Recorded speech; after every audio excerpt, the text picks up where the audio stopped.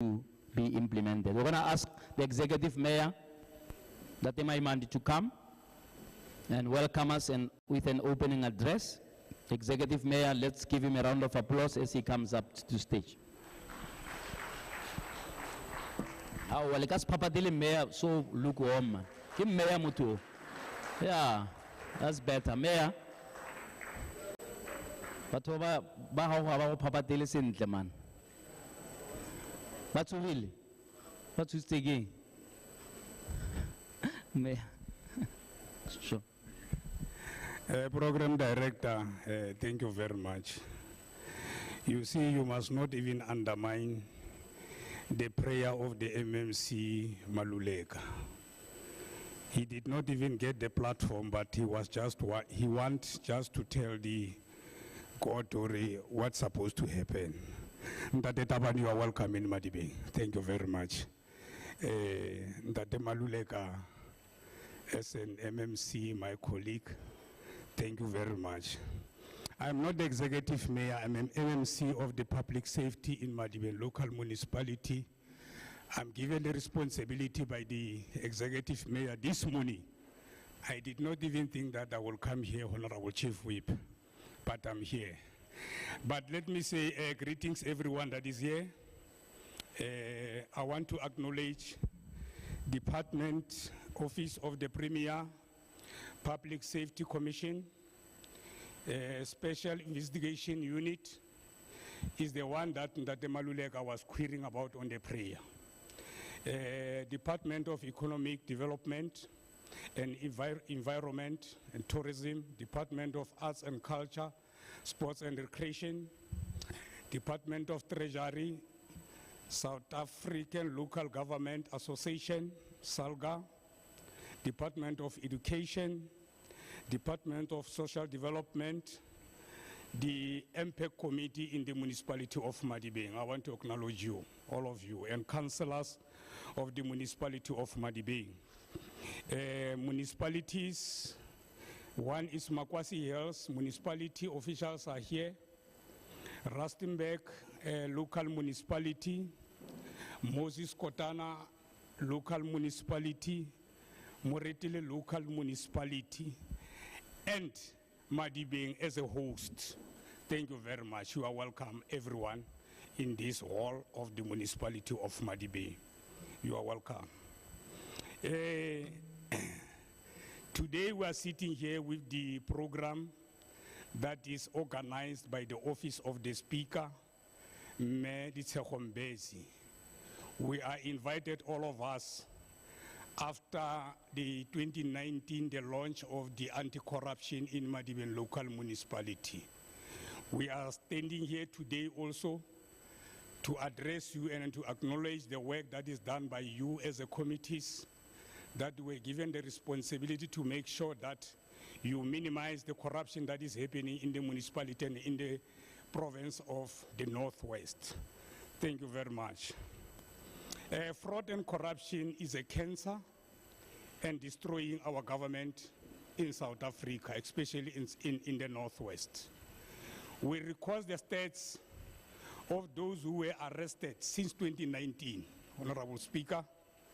Since we have launched the anti-corruption in the presence of the former Premier Tate Job Mokoro, down to the ordinary officials, the province, government departments, municipalities, as the marathon strongly between us and the voters. We need that report because of the more now we give the communities the reports of the corruption that they see always in the TV and in the newspapers will minimize all these gossips that are around the tables or in the shops or in the taverns and pointing fingers to those individuals that are saying this one is corrupt, this one is corrupt, this one is corrupt. So there are certain individuals that they must act and then act decisively so. SIU and Hawks, you are not assisting and doing enough, especially in our municipalities. We are aware of your business cards that you are leaving on the table of the official state of arresting. We have the corrupt officials in both government official departments and in the municipalities. Instead of arresting The ICU, they're just leaving the cars to say, call us, and then we'll agree somewhere in one of the restaurants. Stop that thing. Because of you are deepening the corruption that we are trying our level best now to minimize. As Ntate Maluleka has alluded and prayed for us, there is 2 Corinthians 6 and 17. So leave the corruption and compromise. Leave it for a good, says God.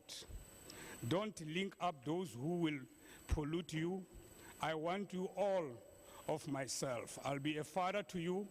You will be a son and a daughter to me. The word of the Master, God. Amen. Thank you. Thank you, Program Director. Thank you, everyone. You are welcome. Amen.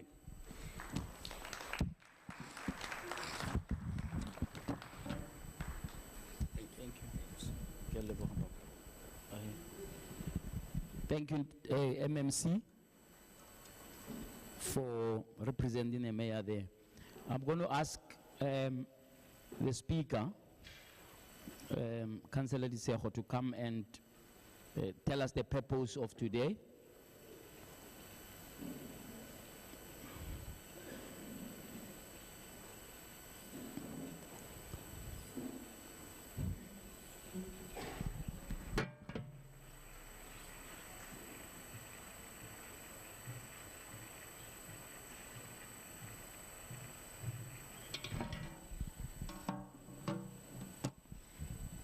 Thank you very much, Dr. JJ, our program director of today. And thank you very much for availing yourself for the 2nd annual Madibeng Anti-Corruption Dialogue. Program director, let me take this opportunity to acknowledge I'm going to acknowledge the Premier in his absentia, because initially he was supposed to be here. The MEC for Coxter in the province, we have a new MEC. I believe he has few days in office, Honorable Nono Maloi. Let me also acknowledge our traditional leaders. We have our various traditional leaders from Madibeng. They are here on Tate. To be here. Let me also acknowledge the presence of the mayors, executive mayors, speakers, single whips from various municipalities across the province. Also acknowledge the impact chairpersons from various municipalities from the province. Chairpersons of our combined assurance committees, leaders of our law enforcement agencies, representatives from our social partners, municipal managers from various municipalities, municipal officials and the officials from the Premier's office, all the team that ensure that this event becomes a success. Ladies and gentlemen, the protocol is observed. Good morning. Our municipality, like many others, nationally in general and provincially in particular, have been on the news, regrettably for wrong reasons, as we all know, Madibeng. But we are all having all municipalities here from various, not all, but we have in our midst here the leaders that I acknowledge from various municipalities in the province. So when we deal with corruption, it's not only about only Madibeng, but the entire government, spheres of government. As the current leadership of Madibeng local municipality, when we started our term, post-2021 local government elections, we embarked on a doubting yet surmountable task of mobilizing all stakeholders with interest in the development path of Madibeng to partner us towards a journey of reimagining the kind of Madibeng we all would love to live in, do business in, and work in. Such a journey is premised on changing the narrative and is predicted on solution and value creation consciousness. In furtherance of object of local government as enforced in our constitution, the white paper envisions a developmental local government where people are the drivers of their own development. To harness the capability of local government to realize this vision, a plethora of enabling legislation was subsequently promulgated. We know a local government sphere of government is highly regulated, highly legislated.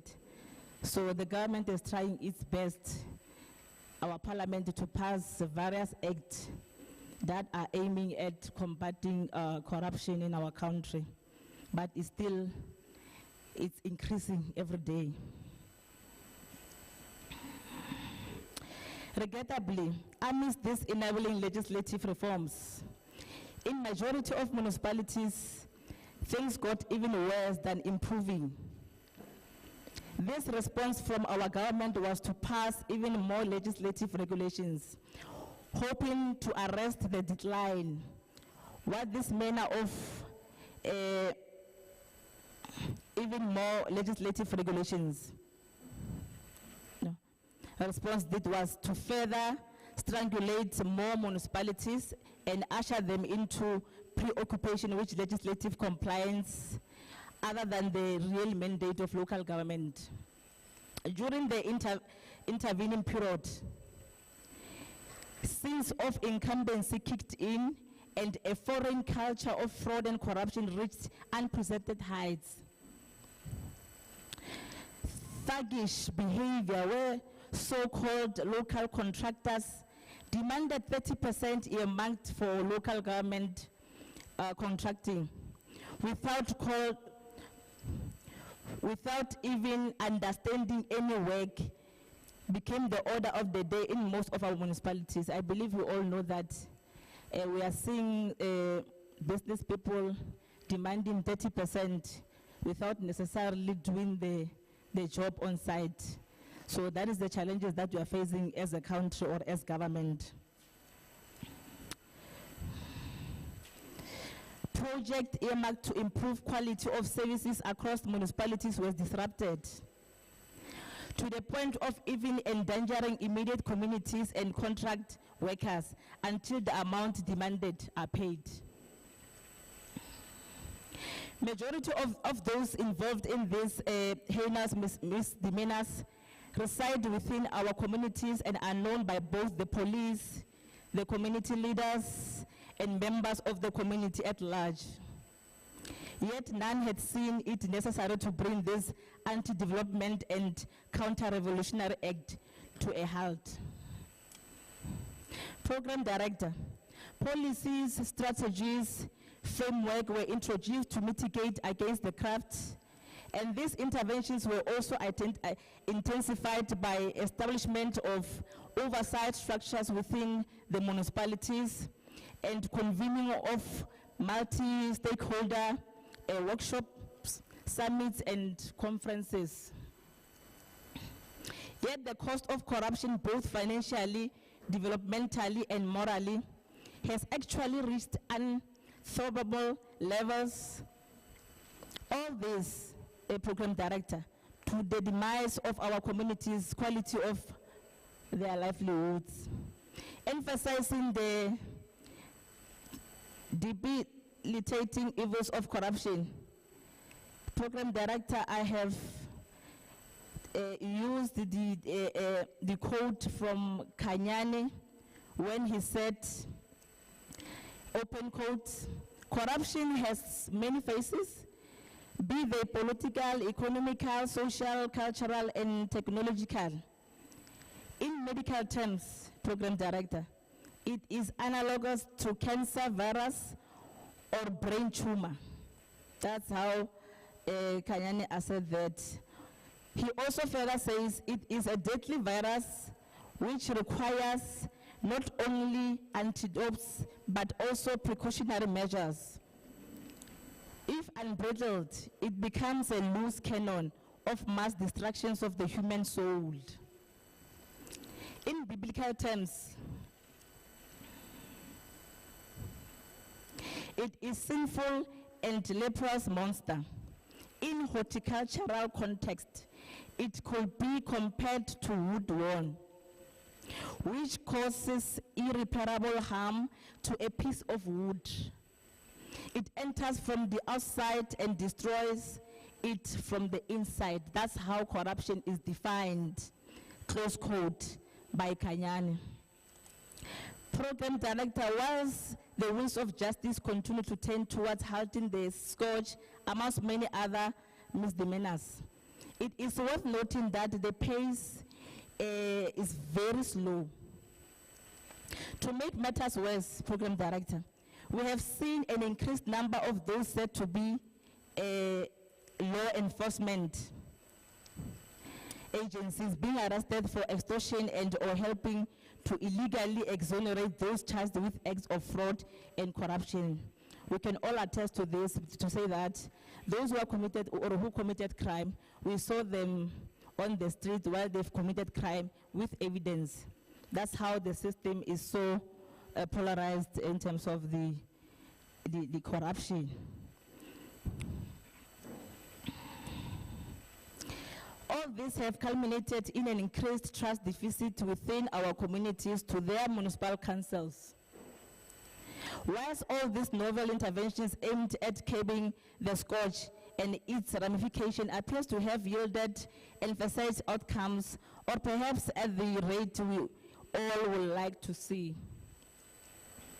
it has gradually become more apparent that instead of placing more premium to regulation, to behavior, our intervention going forward need to be placed more emphasis on changing the narrative towards challenging consciousness of all the stakeholders across all our municipalities. I said to somebody, Program Director, we need now to regulate human conduct, because look, as government, we have established a lot of acts, but I'm not saying those acts are not assisting the country, but the people who are committing these crimes, it's us. Now, I'm hoping whether is it possible for the human conduct to be regulated. If it was possible, I will say, oh no, Parliament, please, President, regulate the human conduct. Ladies and gentlemen, going back to our founding principles of Ubuntu, where all of us will jealously safeguard the resources of our municipalities with the primary aim of ensuring the sustainable prosperity of this municipality, seems more plausible than ever before. We can't afford a situation where our municipalities collapse under our watch. We can't. Lest we be judged too harshly by our children, grandchildren, great-grandchildren, for having left institutions not worthy of being called municipalities and unable to meet their developmental aspirations. We can't afford to do that, because early this year, Program Director, AG shared dissatisfaction, a comment that says she does not see the importance why the municipality must continue operating. It means AG, she doesn't see the importance of that municipality of operating. So as councillors, as candidate or political office bearers who are entrusted with both the legislative and executive responsibilities, we must ensure that we do our work, which is oversight. Even if many people don't understand oversight, sometimes they misconstrued it as overreaching to the executive responsibility of the executive mayor. The National Anti-Corruption Strategy says we must roll up our sleeves, act now, and end the corruption that threatens the legacy that we will pass on the future generations. Working together, we can and all will succeed. Corruption has become endemic in South Africa. It undermines democracy and impacts negatively on service delivery, human and socio-economic development, job creation and public trust in government, as well as investor confidence in the country. Corruption manifests in all spheres of society and occurs in the public sector and in the private sector. Corruption having permitted key institutions in both the public and private sector poses a threat to national security, undermines the rule of law, an institution vital to ensuring the centrality of the state as a protector and promoter of the rights of its citizens. There's a need to unify anti-corruption efforts across sectors to address the scourge of corruption and to demonstrate the commitment of government, business and civil society to achieve the vision of National Development Plan 2030 of corruption-free South Africa, and a society in which key values such as integrity, transparency, and accountability guide the actions and behavior of its citizens. The approved Municipal Integrity and Ethics Management Plan for the 22-23 financial year aims to put into effect legislative requirements for the municipality to enforce and uphold stringent mechanisms that are pro-ethical behavior and anti-fraud and corruption. Our social compact in reimagining our municipalities and how well are they governed to harness their financial viability acumen and excellent service delivery capabilities towards their sustainable future in more than ever and emergent necessity. This August House is therefore premised on our collective resolve within Madibeng local municipality to usher in a culture of good governance anchored on efficiency, effectiveness, responsiveness, accountability, and transparency as key tenets to a well-governed municipality with resilient control environment that is able to give preventive early warning signal to mitigate against systematic lapses that have characterized our municipalities for a while. It is therefore against this background we have invited all of you here this morning also to forge a blueprint that can be beneficial to all our municipalities. With the support and collaboration with the Directorate for Provincial Anti-Corruption, Forensic and Ethics Unit in the Premier's Office, together with the Municipal Governance and Administrative Unit at Provincial Coxta, Madibeng is hosting a public anti-corruption dialogue, and the purpose of which is to realize, amongst other things, the following objectives. One, to promote an understanding of corruption. Our communities, even today, they don't understand what is corruption. Corruption, they perceived it as municipalities or people who are working in the municipality, can be officials or councillors, politicians. Corruption is there only. But to them in the society, there's no corruption. But they are not paying their services. They are breaching the electricity in their household. Now that is part of corruption. It's another corruption. So it's important that we gather here and promote that understanding of corruption to our people. To drive a social aversion to corruption, to motivate the reporting of fraud and corruption. If you remember, some of the people who are reporting corruption, they're being killed. So it's important that we educate or motivate how reporting is being done in terms of reporting issues of fraud and corruption anonymously. So make citizens aware of their rights. As we all know, these rights are given provision from the Chapter 2 of the Constitution that deals with the Bill of Rights. To promote citizen involvement in municipal governance, to improve transparency in municipal processes, thereby increasing trust and confidence levels, be accountable to the public on matters of corruption. That is why we are here. It's part of accountability to our people. We have deliberately adopted a theme: corruption, a crime against humanity. This is the theme for today's program. As a call for society to denounce corruption on all fronts in order to maintain public confidence, especially South Africa with its score of 44 on the most recent Corruption Perceptions Index. This mediocre score, which has a ripple effect to other organs of state, shows that the country has a long way to go. Once confidence is eroded, we see service delivery protests, which will have devastating consequences, and it will widen the economic exclusion margins, deepen poverty levels, and collapse the ideals of deepening democracy in our municipalities.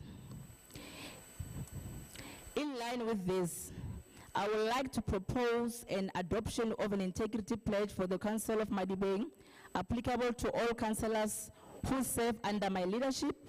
The integrity pledge will become a beacon of conviction, discipline, and a reminder of our duty to serve selflessly. But the pledge is not going to be signed today, Program Director. The Speaker will convene a special session with councillors, whereby all of them, 82 of them, they will sign the pledge to commit to our society, to say we are going to serve them with humbleness. With those words, Program Director, I thank you very much.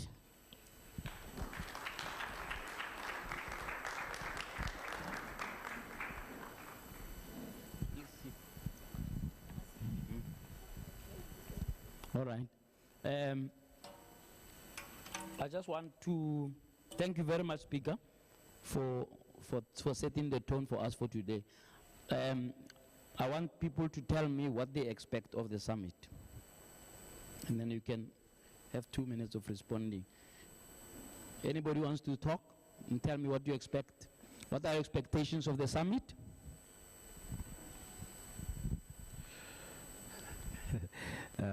I'm hoping that the messages coming out of the different presentations are going to be taken into heart, so that come next year we're not repeatedly talking about the same things. Yes, right.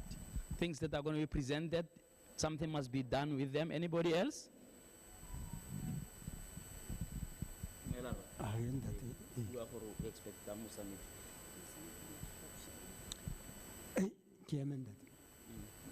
Ach, kia le bohan ta temo tsamaisi. Nna ke moshana mosotho ke dilo mana maboloka ke ka le khotleng la bataung. Mana maboloka. So ha re sheba ka mahlo ka nnete ra bona re corruption ke ntho e tloang le hantle e starta ka malapeng a rona. E tswe ye dikolong.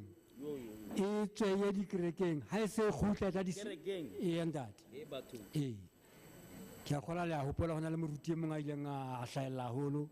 Di TV mona ka bohlaswa kore kana corruption mare le moruti that is why re ne le dikerekeng jole ha e tswa dikerekeng ya distrateng re makalla re le batho ante ke mo re tsontse re hopola re ne e startile e le ka yape hape kore ha ke re ka malapeng ke re kana go mkile ntate ke a bereka ne ha ke fella ke mmere ko mme wa thoma wa ntshentshela di dijo di se di tsamaka ka la di mpotsa ka morao ha ke re ba bona jwale ore nna ke na le bothata ka lapeng re ke ya mo baneng ba ka ke a hlopha hona le seng ke morata ho feta ba bang so ba bang bana ba sa rateng hantle ke re ba ithuta ntho nngwe that is why ke re e starta ka malapeng jwane ha ye go dikolong hona le ntho bitswang hape re bitsang bullying ko re ngwana ka ntse ke morata ke re ne wena monna ha ba o tshwenya go strateng o ba botsa re papa ha o teng le teacher ha o sokodisa re mistress ha o sokodisa o mo botsa re ne papa o itse nna ile ntshwenya mo ke mmetse ene ke le polisa or ke le sole he ke tla mo sekolong ga ke ba tlo tseba re teacher ke mang mistress ke mang ke tla ka matla ka mo mmerekong ke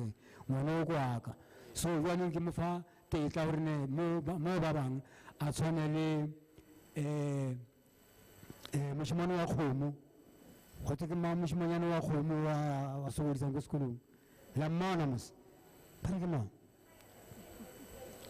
okay re ke pixten no ke la mana re ke jwang no ko re bana ha ngwana na le bothata ba tshwana le from ka ntlong ka mo re ka teng right kore fela re kopane re bentho re be soposeng kore re bentho wane kore he re khala bothata re bokganeng bo botle e ska re nna ke le polisa he motho a tla re nthare ke bone batho ba utswa ba utswa mokete be le re nna ko botsa mokete ke re monna mokete o tlila o tshwarisa a ke re ba thank you very much. Thank you. Re be soposeng.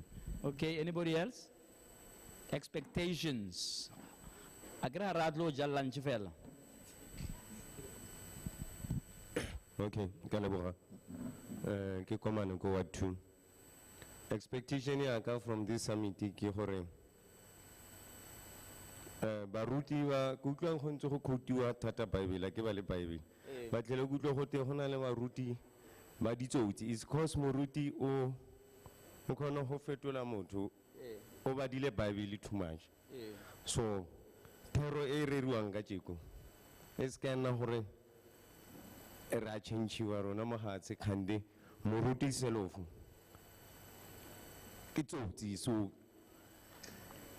ke lapile ke botsotsi bo bo byalo le gore go buiwa ka corruption straight life so re le mo di submitting but remedy ga iteng. Tell me, what's the state of corruption now since the last summit? Ga ise ke sele morago di stats ga golo jalo but nka se bolelele batho bo botle tla ke bue ka mo le site laka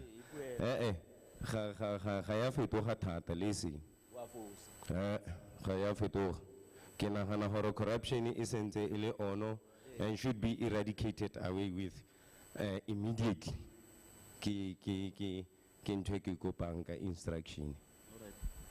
Thank you, Baba. It doesn't gotten better. Is that true? Dumelang. Corruption mo Madibeng can too much.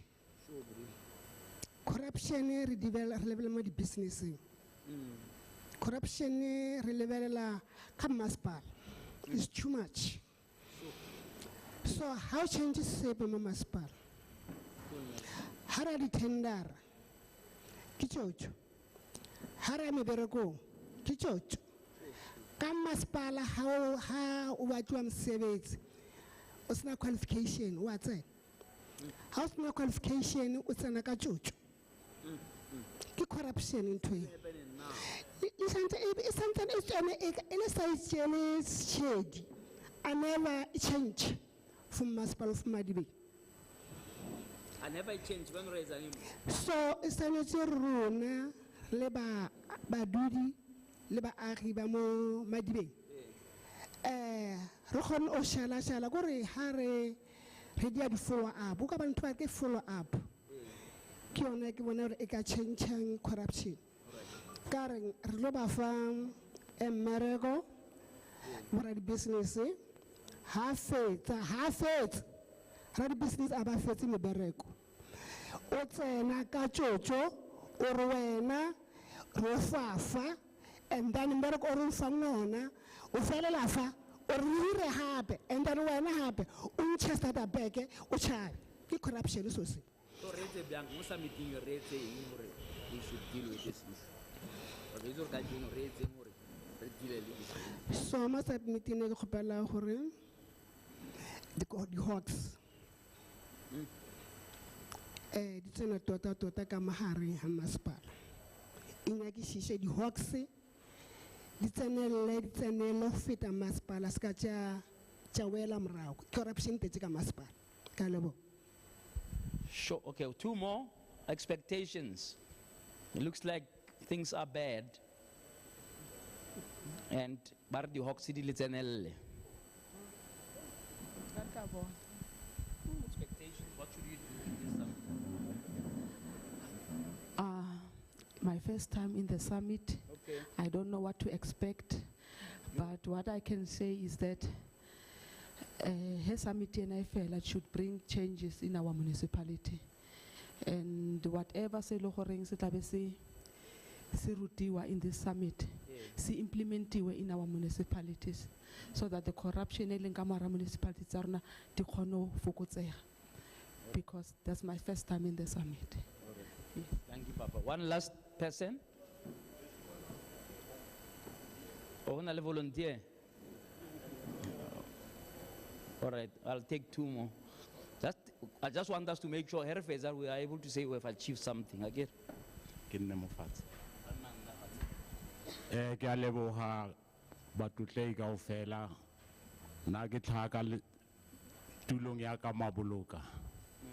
Mo e le hore ke representa lekgotla la morena John Tumotshajwa eo e leng kgoši ya Maboloka. So now ntho e le hore ke batla go e tlhahisa mo ke taba ya traditional confusion. Mo e le hore he ne re invite-iwa mo officially ka lengwalo gore kgoši ya Maboloka tlhagelela mo kopanong ya kajeko. Ke makala ke ba le bothata he go bolelwa gore go na le lekgotla la Bataung. Mo e le hore ntho e mfa problem ya gore he Maboloka e le hore kgoši Tshajwa is recognized and o tshwere certificate o na le lekgotla la hae re tlile mo kajeko ka matla a kgoši ya rona Tshajwa. Empa o sampe go na le kgoši e nngwe le hore lekgotla le leng le go thweng ke la Bataung gore ana masepala wa rena kgoši ya Maboloka o itse e le efeng. Because gore ke tlhaise taba ena batswadi ba ka ke taba ya gore still le dilo tsa tomagano ya rona le masepala wa rena wa Madibeng ya bontsha gotlhelele gore mo gongwe mo re no bolelelwa dilo mare di sa diragadiwe go bontsha gore kgoši ya Maboloka ke morena Tshajwa. I'm saying this because of more traditional council ya rona go bile ga ba le delegation e le re tshwanetse yo representa lekgotla la morena Tshajwa ko di ward committees tsa di ward tsa rena ko Maboloka. Empa di ward committee di members tseo tsa lekgotla di tlile le ward committees kaofela tsa mo Madibeng mo inductioning ene yentswe ko white building kwa. So le document tsa induction re di tshwere as a proof. So after that o tshwanetse go iwe pele ba register ba etse everything and then it fails there. So this one ke direct us straight to the office of the speaker. Yes, yeah. So nka ba happy he nka bona this thing lona I addressiwa di what committee tse di repang lekgotla di recognize-iwa. A gitse ntate unketo fela pelo hentse ke bole. Okay, tla ke no felletsa ka bofello ke ta e betha short. Yeah, agenda tlo bolela ka corruption ka jeno. Yes. There are other problems as it's up forum. Okay. And then as well as the projects go na le problem he o tla di projects ko moreneng ka re mo metseng selegae each and every project e tsena tshwantse go reportiwe ko moreneng mara mo ka re se problem o tshwantse ya go na le batho ba ile ba driver di contractors tsena gore di ska tla ko moreneng evening le today ya re sampe re na le o monga so ke a leboga morena. Alright. Speaker ke tsa go tse ha di relevant for this forum mara they are important ke tla tlogela mo wena o kopana le batho ba bogosi. There's one more, right? You've noted the speaker, ne? That the JJ. Dumelang baholo. The expectations are gajokore. That the JJ. Summit ena le ya repeat for the second time. Ira hiti last 3 years ago. So after yeta hala 3 years ago, I wanna next seloring sira hits. I mean like next. But I don't wanna lie. There were 30 resolutions. Oh na beno, heke bolela bjang. Ke tla go community ya go tlhabile. The community santang di safaro na beno. Service delivery I think. I get one talwanyana. And then the most painful part ke hore ka bona distinction di teng hona le ICU Salga hona le bo di Hawks but yet henga o botsa hore it's like ngare ba ke di face fela because of mergo wa teng a o bonagala ke chairperson ya anti corruption but yet le ka jeko a ke so feel hore ke active ke so feel hore nka bereka because of here to mare red projecting ro bereka ro irang ra makiwa I have the pictures tse lo reng se le ka project lo reng e jwa behind communities back here Greya I was beaten he ke sno ke Greya hore ya bereka e bile le di councilor di involve direkela di ba bereki di uniform. So I mean like corruption is there but yet legitimates ngara ura lesilo. So speaker re na le problem ya hore a ke itse mmereko wa salgageng honestly speaking because of ka bona hona le di-workshop hona le eng but yet a ho ira le sepe a hona change a hona eng so ne ke kopela hore as from now on because of e ke ya bobedi ne ke kopela hore e sa te repeater hape ra tla mo ra tlo kopana ho jiwa ho iwang but yet ro safara community di safara ko ntle kwa le rona re safara ka borena ke mocha but yet we know re na le problem ya unemployment bara re normalize ngare everything is normal but yet re tla go magaeng hape a seng sharp so ne ke kopela hore are seeing this thing serious because of yar crepola yar khobata honestly speaking because of ke malapa mancharo balangata because of corruption e iralang godimo and then as long corruption e irala godimo hora rona go tla sekwa re ka sene le bophelo re etse bang hore we must make ne ke khopela di stakeholders tse ne bitse di tlo bateng mo a ke di bone ne ke batla tsona straight bjana SIU a yetse mmerwa yona yeah Hoxie, I yet a marijuana because it seems like Baba di ahona di repercussion. There is why Batuba by Ira Lofela, Municipal so no. It took them 15 years for Bamudi Chilens no. Yagomacationing, Hona di dumping site, Yagomacationing, Meti Atri, Yagomacationing, Kabahulo Naxabulela. So Negere once fella, Titian with and somebody Gonzarena, Araf Hotel Abatuba Paradisutu, Araf Hotel Abatamaca.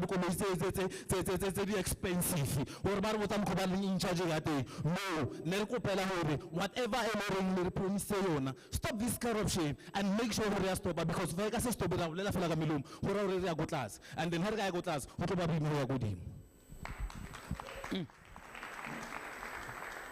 All right. Yeah, Ronald Merego. Speaker,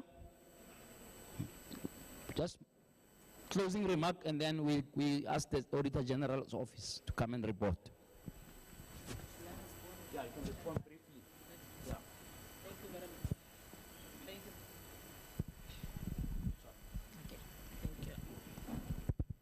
Thank you very much, Program Director. Let me start first with the concern from the traditional leaders. Firstly, the Speaker's office is not its jurisdictions to deal with the issues of traditional leaders in terms of who are legitimate, who are not legitimate. But the Speaker's office is legislatively mandated to establish the ward committees in terms of Section 73 of the Municipal Structures Act 117 of 1998. It gives provision to how ward committees should be established, and also the COGSTA in the province established a guideline. Obviously, the guideline will be originating from the Act itself. The guideline is specifying the processes that must unfold in terms of establishing one committee. We have established one committee program director in Mabologa, but in Mabologa, we acknowledge the disputes in terms of the traditional leaders who are legitimate, who are not legitimate. Hence, when we issued invitations, we advised that the invitation should go to both leaders, parties, so that we don't be seen as recognizing this traditional house of leaders. But the guide, it gives guidance in terms of the stakeholders that must be part of the composition of the ward committee. And one of the stakeholders is the traditional leaders. Hence, in the ward committee, there must be a representative of the ward committee. Hence, when we established, there was 2 spaces, so that the leaders can agree on the candidate that must be represented in the ward committee. But it's not only traditional leaders. We have the youth representation. We must look at the issues of gender and disability and so forth. Yes. Any other comment? On the issues of corruption, one program director, the municipality has been given the constitutional authority to even deal with issues of consequence management. I can tell you about Madibeng. We have governance structures.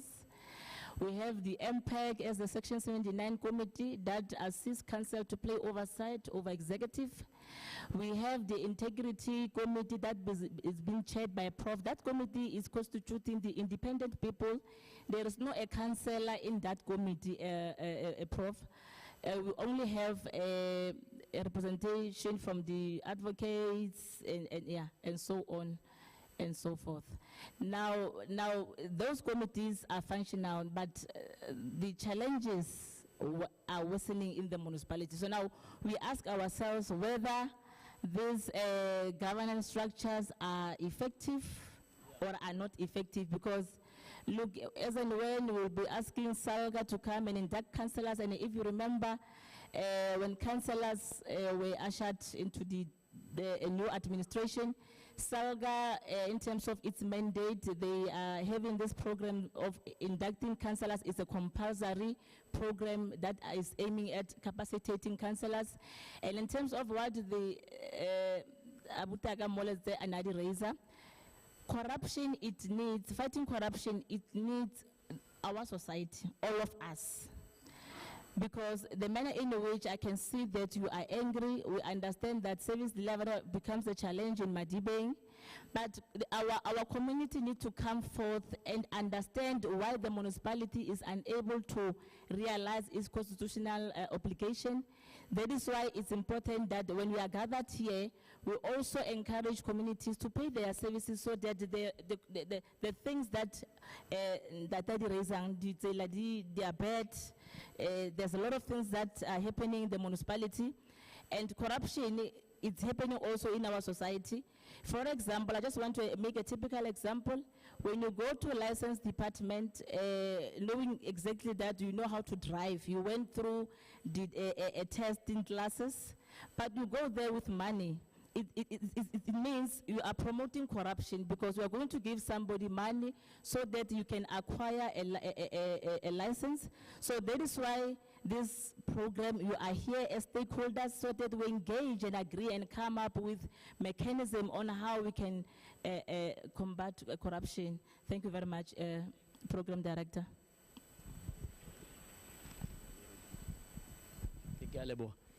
One of the things that was said there is that there was no progress since the last summit.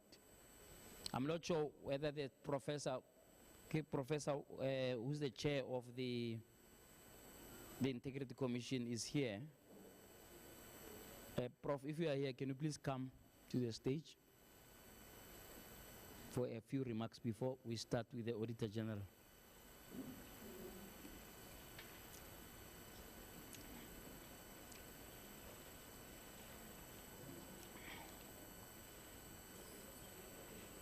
Professor Musinyani.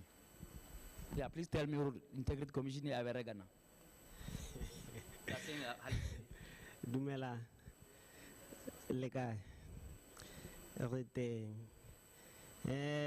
honali a commission that was established after the first dialogue, anti-corruption dialogue that was undertaken. More on resolutions was taken or Madibeng appointed a commission of integrity. It will assist council to oversee or conduct oversight in as far as corruptions, briberies, maladministrations, and due delays, dishonesty, all those kind of issues that you've raised before as members of the community. In my presentations, I'm going to cover in more detail the feedback that I'm going to give you about your own municipality. But in essence, I can say is that from last time up until now, there is an independent structure. I'm not employed by Madibeng. I'm only serving as the chairperson. I'm acting chairperson, in fact, to assist Madibeng to establish this commission. Council questions on a number of issues that I have already asked them. I don't want to waste much of your time because I'm going to give you a quite detailed, frank, honest, brutal truth report about Madibeng and what is it that I found to be an issues of concerns in as far as my work is concerned. I'm also struggling to do my work. And there are a number of things that I have indicated in my report in as far as trying to make Madibeng to work for its own people, trying to unroot corruptions in as far as Madibeng is concerned. It's a tough one, but I'm doing my work, and I told council as well that if I don't do my job, fire me. At the same time that when I do my job, do not interfere. And that seems to have rubbed a bit of shoulders, because now the manner in which certain things are delayed, I'm being frustrated in as far as times to do my job. But I'll give you a comprehensive view about what has happened before and up until now, and what is the way forward. Thank you. Are you ready with your presentation? Yeah. I want you to come earlier after the General. All right, Professor is going to report. My difficulty is that his presentation is after lunch. So I'm going to change the program a little bit and ask the representative from the Office of the Auditor General, and then straight after him, the professor must report, because both of them are reporting about the state of where we are now in terms of municipality. Can we do that? Thank you, Speaker. Feel free. Can I have the representatives of the Auditor General to be next?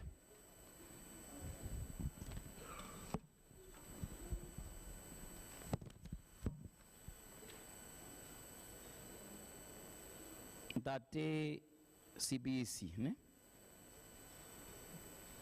Please, go straight into it.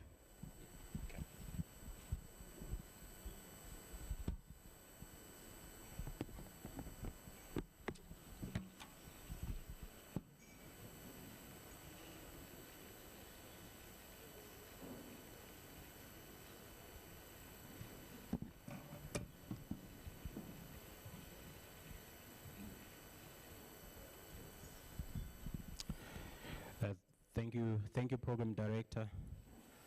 I want to start by first acknowledging the political leadership present here, the leadership from the traditional authorities, administrative leadership. Just for the sake of time, I'll say all protocol observed. My name is Umtogozisi, CBC. I'm the business unit leader. I'm responsible for this province, Northwest Province, from the Auditor General's office. I suppose that is the reason why Program Director AG delegated this presentation to myself, but I am appreciative of the opportunities to share some of the insights that we get out of the work that we do. I will go straight into it. The second slide that we deal with is our vision and the mission as the Auditor General. What we want to cover there is that we might have a new Auditor General, but our mission and vision has not changed. We, as an office, we are still working towards a vision of seeing a public sector that is characterized by accountability, that is characterized by transparency, characterized by performance, that is performance management, as well as integrity. And I think that fourth pillar, it's the second slide that I'm dealing with. That fourth pillar, I think it talks to what this session today is about, integrity. But I see that it seems like the slide is not moving. Okay. All right, on the third slide, with the things that I've highlighted as part of our vision and mission, ladies and gentlemen, we recognize that the job of changing public sector, especially local government, is a serious one. in the sense that we understand that it's going to need a number of role players to play their part. Yeah, that's the slide I'm dealing with. To play their part, ladies and gentlemen, and that with us wanting to see, I mean, there are two critical things that as an office we want to see. Obviously, as an Office of the Auditor General, we want to see audit outcomes improve, good governance, but that shouldn't just be going on its own, but we want to see the service delivery as well improving, because that which we do, we want to see translating in the lived and good experiences of the citizens on the ground. So with that, we realize that shifting the culture, it's not going to be the Office of the Auditor General's thing alone, and hence it puts us at the center of the accountability ecosystem and all the role players that you are seeing on the slide. I'm going to go straight into the next slide, which deals with the audit outcomes. I must clarify that the audit outcomes I'm talking about here today, it's the MFMA 2021 audit outcomes, basically because we are currently busy finalizing the 21-22 audit outcomes, and we are hoping and working towards signing those audit reports, all of them, by next week. What the picture is telling us, we've broken it down into two. You said when we did these slides last time, or last year, we said we'll look at, because the previous administration had set for entire 5 years, we said let's look at the audit outcomes of a 5-year period.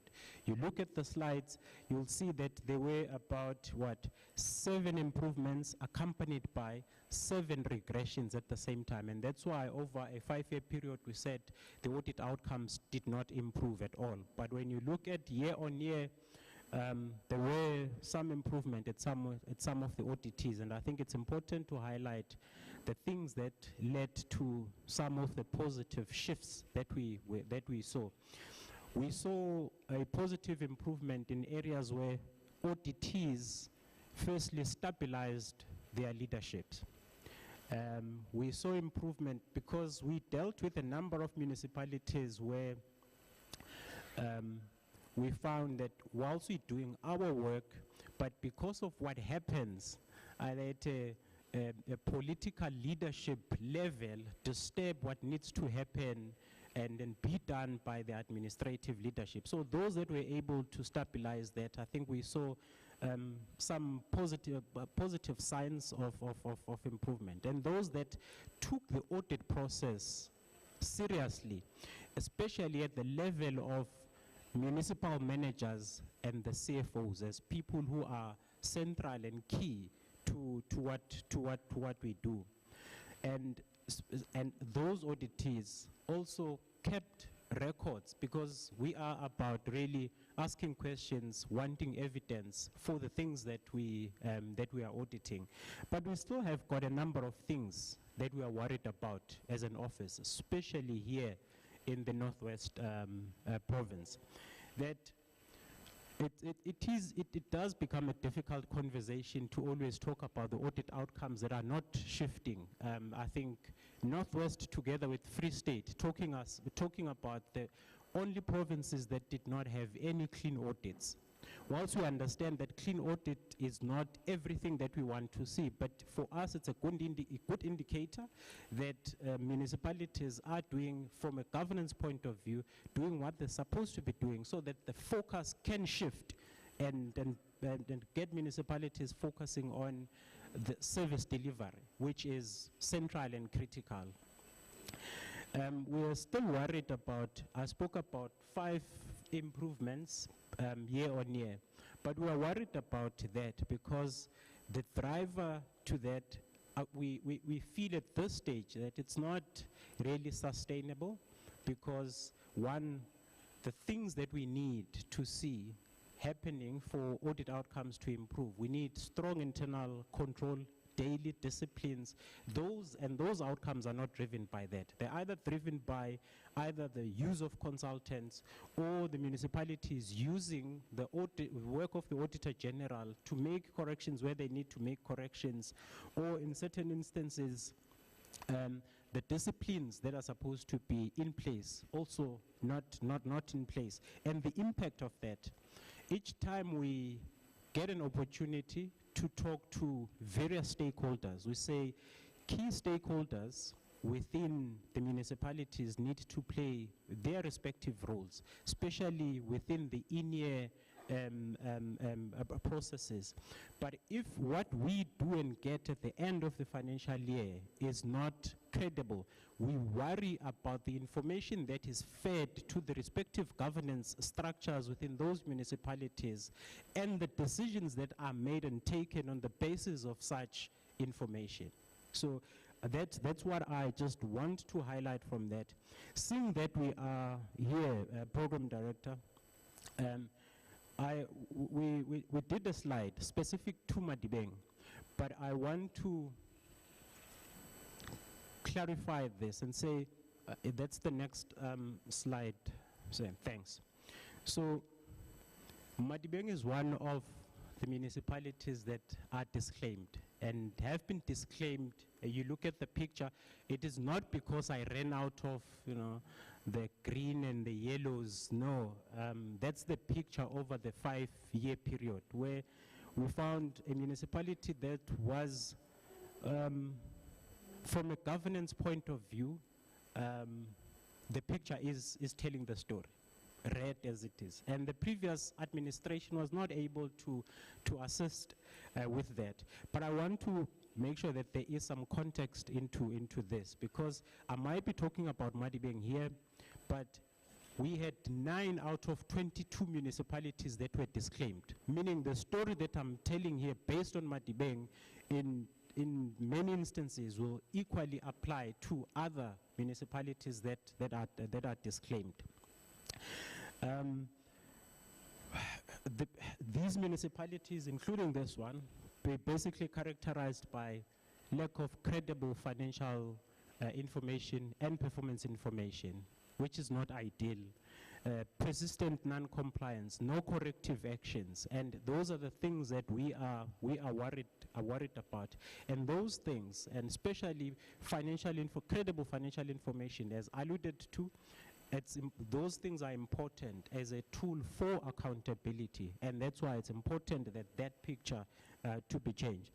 But with things that came out of last year engagements that happened at the Auditor General level, and some of the questions insofar as the transparency regarding some of the municipalities that are disclaimed, where the concerns were that if municipalities are disclaimed, it means they use that and use it as an opportunity not to account, so there's no transparency.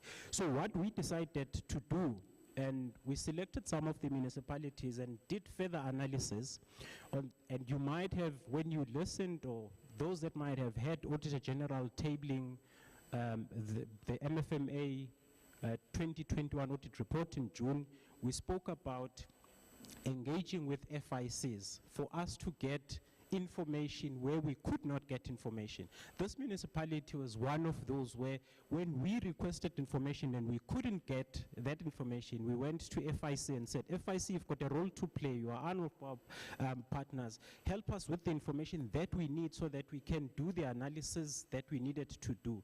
We have since received that and we did that analysis. I think there are just 2 critical things that I want to pick up out of that. We did the analysis, and the biggest risk, whilst we understand that, the monies that would have received by the municipality would have gone to either your bulk purchases and salaries, and maybe there are no questions around the payments that go towards that. But what we worry about in a disclaimed municipality, we worry about the payments to the service providers, especially in an instance where we cannot get supporting documents, because in such an environment you cannot then tell whether the service provider was paid for the goods and services that were actually received. Then that's the danger of disclaimed municipalities and payments that are going to the service providers. And that's what we've tried to highlight on that slide. But in certain instances where we couldn't do the analysis in the manner that we wanted, we decided that we'll do a manual exercise, take the spreadsheet, get the gurus to manipulate, not manipulate, but to do the work on that one, to identify things like your unauthorized payment, duplicate payments and all those things, or payments that, huge payments that are made to, say, employees. It might not necessarily be an issue specifically here, but we did an exercise where payments, huge payments are made to employees, but it's not part of the salaries. Those are the things that we looked at. But what we are worried about, and I am worried about, the person who leads Auditor General in this province, are the issues that talks to, the duplicate payments, unauthorized payments going into personal people's accounts. Because it's something that we reported as far as back as in 18, 19, and we sit 2-3 years down the line, and such things, when such things have not been addressed, it does become something that we worry about. And as part of the work that we do, and that's where we consider material irregularities, to say, does this not meet the definition of material irregularity, so that we can get some traction out of that. On the next slide, sir, because disclaimed municipalities were topical last year, and we did some work specifically just dealing with the disclaimed municipalities, because our worry is exactly that: accountability, transparency, and everything that goes with that. On the left and top corner, those are the municipalities that we focused on when we did specific work and focused on municipalities. And you will see some of the pictures that we are showing in there. And we issued for the disclaimed municipalities, because we want to change the culture, we want to change the behavior, we want to change the environment. What we ended up doing, we said we will issue what we call disclaimer MIs, meaning accounting officers have got a responsibility to keep records as required by MFMA. In the instance that they are not doing that, obviously they're breaching that, it's non-compliance, it's impacting some of those municipalities negatively. We issued those MIs, but however, the process of responding, because we wanted to change the environment, the process of changing the picture was very slow, to the extent that these things ended up going into a recommendation stage. And after a recommendation stage, obviously what follows from an MI process, it's a directive. It's a remedial action, and a directive says you shall do this because we've given you an opportunity to do. Most of then the municipalities and those MIs are at that level. But we did not just end there. As you see the pictures that we are showing there, some of the work that we did last year, we visited, we focused, because water is a problem, and we focused on water waste treatment plants, just to see what is happening in that space. And you'll see a number of things, and based on that, and I'm not just talking about Madibeng here, I'm talking about a number of municipalities that are there.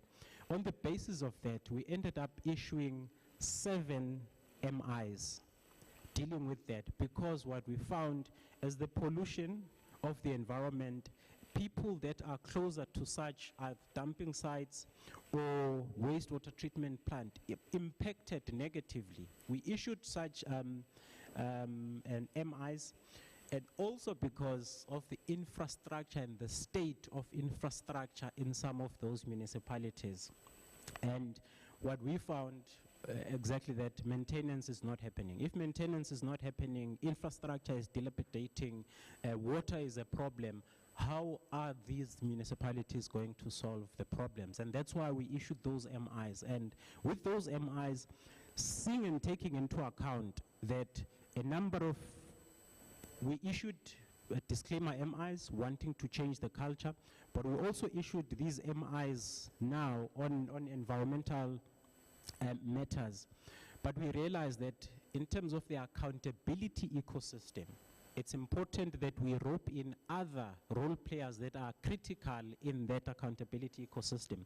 That's why in trying to deal with what you are seeing there as the pictures that we took during those visits, we are working with the Human Rights Commission, and the conversation are happening at a national level to say, to the extent that people are impacted negatively, there is harm, maybe there is a role for them to play. And we are working with the environmental affairs to say we've got green scorpions. To the extent that they've got a role to play, they need to come to the party, as well as the Department of Water, on the basis of what they can do based on their mandate. So that's that. On the next slide, I'll just go quickly on this one. I think it's not a secret that in local government, financial sustainability is an issue. Municipalities are dependent on equitable share. Significant of such, as I indicated, just goes into, salaries and bulk purchases and all those things. But what I remain worried about here is that we are still seeing on an annual basis huge number of irregular expenditure being incurred, irrespective of how we want to dissect that. And those are some of the things that we need to attend to. And you'll see 28.7 billion closing balance last year that has not been attended to. Obviously, I'm talking about all municipalities here in the province, not just Madibeng. Or you will see on the left-hand side of that about 4 billion, 4.1 billion and 3.9 billion irregular expenditure incurred annually. Those are the things that the various role players need to take into account. And as we issue these financial material irregularities, we worry because you'll see on the next slide, some of what we are seeing here ends up leading into material irregularities and financial losses that we end up reporting, which is not ideal, because from a PAA point of view, as long as the accounting officers are doing and the officials are doing what they're supposed to be doing, we shouldn't really be in that space. On the next slide, that's where I'm just summarizing and at a high level deal with the material irregularities that we've issued. This picture is for Northwest. Local government. We'll see when we started in 1819, we issued 3 material irregularities in local government space with about financial loss of 15 million. 3.5 years later, we have now issued 50 MIs in local government here in Northwest. 50 MIs with an estimated loss of 635 million, more than $500 million. And if that does not concern the governance structures and those that are responsible for these things, and I do not know what will concern the leaders in local government. But what I want to highlight is that why the numbers are increasing, it's because of just the accounting officers failing to do their responsibilities as articulated in the MFMA. And where we've seen accounting officers being receptive to these things and taking them as a way of improving their control environment, we've seen signs of improvement and changes and such. And there are examples where we'll say, for example, one MI resolved. It would be, for example, MI that was issued, interest incurred because VAT is not paid on time. Simplistic thing, not because the money is not there, but for whatever reasons. And people started attending to those things, or interest not paid or payments not made on loans. Those are some of the things that when they were corrected, we saw a bit of a shift. But some of these things that we're raising are really basic because we've issued a number of MIs on whether the assets are vandalized, not safeguarded, and some of these are critical and are important assets that are needed for service delivery.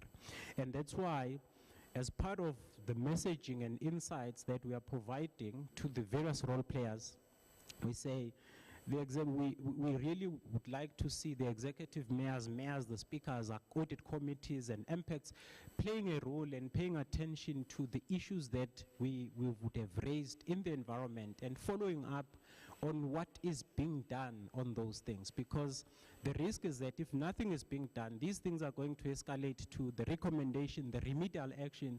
If it's a financial loss, MI, then it goes to a certificate of debt, and it's not ideal for us to be dishing out a number of certificate of debt, because that obviously will come with a lot of a burden from the Auditor General as well as from the municipalities as well. On the next slide, I'll just cover the last two slides and I'm done on this one. Now I've dealt with the picture in local government, especially here in our province. I've dealt with that, but I just want to highlight some of the things that are a driver into what we are seeing. In the main, it's exactly what we've captured there. The competency issues in instances in your technical services units or the BTOs, or the performance management issues that are supposed to be taken with the robustness that these things require, or the complacency sometimes of some of the officials, which are the things that need to be dealt with. Sometimes you find, and what we've noticed, that the line managers who are supposed to make sure that that which needs to happen on a day-to-day basis is supposed to be happening. But if line managers are not paying attention to that, then their direct reports obviously are going to do as they please. And those are some of the things. They might look small, but they've got significant impact in how local government, especially in our province, is performing. The no enforcement of consequences, obviously that is going to perpetuate poor performance. If I know that nothing is going to happen to me, irrespective of what I do or don't do, I mean, obviously I will continue in that manner. On the last slide, as we deal with and share these messages with various stakeholders, obviously we meet the oversight structures, the coordinating institutions, we talk about our recommendations. On the basis of that, they would make commitments. But what we are now trying to do is to fine-tune the commitments such that they are not only linked to the improvements in audit outcomes, which is a dipstick of what needs to happen for municipalities to move to the next level, which is focusing on service delivery. We want to see service delivery. We want to see improvements in audit outcomes. But what it means, players will have to play their part, especially where there are opportunities for coordinations, and that's what we're talking about. So, for example, COCTA's, Office of the Premier, Provincial Treasury, sometimes we engage with the Speaker's office from an oversight point of view, but we don't want to include SALGA as well to say when these solutions for different municipalities are facing different challenges, and an umbrella, a one-size-fits-all solution is unlikely to work. And that's why it's important in devising the solutions for the respective municipalities that there is a coordination of some sort. And you said the oversight structures are robust. But the oversight structures cannot be robust if they are fed with the information that is inaccurate, because the decisions that are going to be made by those oversight structures are going to be problematic themselves. And that's why we are emphasizing on getting the financial reporting and performance reporting right. Lastly, I think the picture is obviously for the province is not looking that good, especially for Northwest Province, and it's not a good thing year in, year out to be talking about things like this, because we have got a role to play as well in either providing the necessary insights to the critical role players so that we can see the shift. If that does not happen, for us identifying the role players that will have to, within the accountability ecosystem, that will have to be influenced. But if that doesn't work, and that's what we are now trying to do with the 50 material irregularities that we've issued, and some of them are broken down into 3, where we find that municipalities are doing harm to the financial institutions, or in certain instances, harm is done to the communities, which need to be addressed, and that's why we're talking about the collaboration. But where we sit, we think it's not impossible, it's possible, as long as everyone who needs to play the role within the accountability ecosystem play their role, as well as long as there is the political will to change things. We are very much confident that things will change. Thank you very much, Program Director.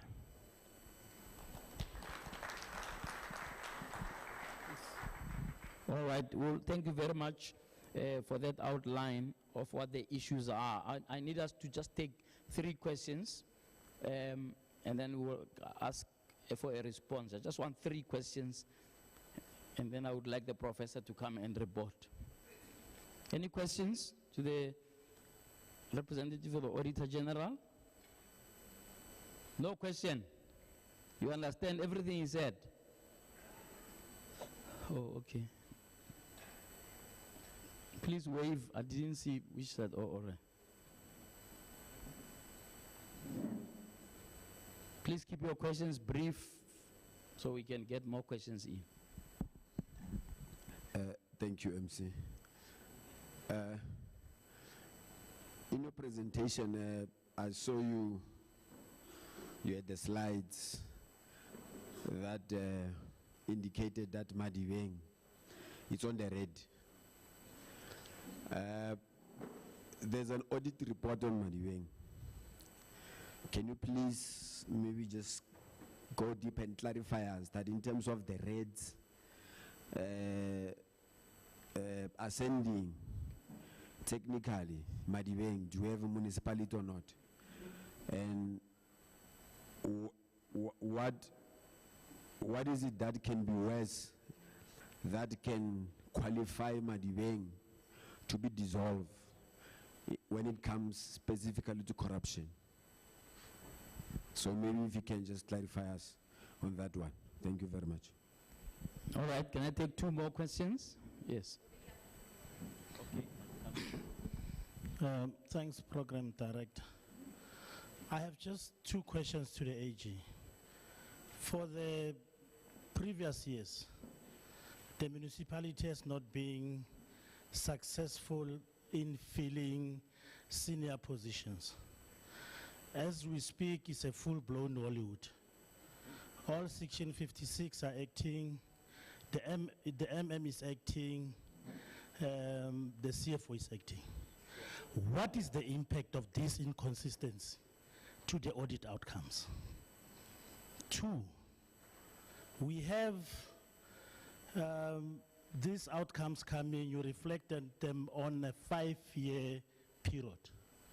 What can be done in terms of consequence management? Because some of the things that takes us there are very lousy things. Failure to produce proof that money was spent, those are very lousy things which are done by officials that are sitting in the municipality. What is it that the AG can do to bring in consequence management? Because the municipality has failed to bring in consequence management. And it becomes difficult to bring consequence management when you are acting, you don't know where you are going in the next month. So those are my questions, thanks. Thank you.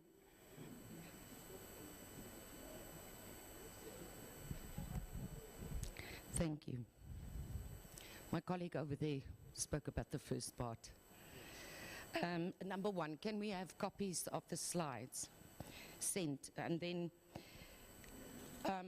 just to align myself with the councillor, in Madibeng we don't have anybody that can be established as an acting MM. There's a lot of reasons we can't do a permanent, can't get a permanent MM now.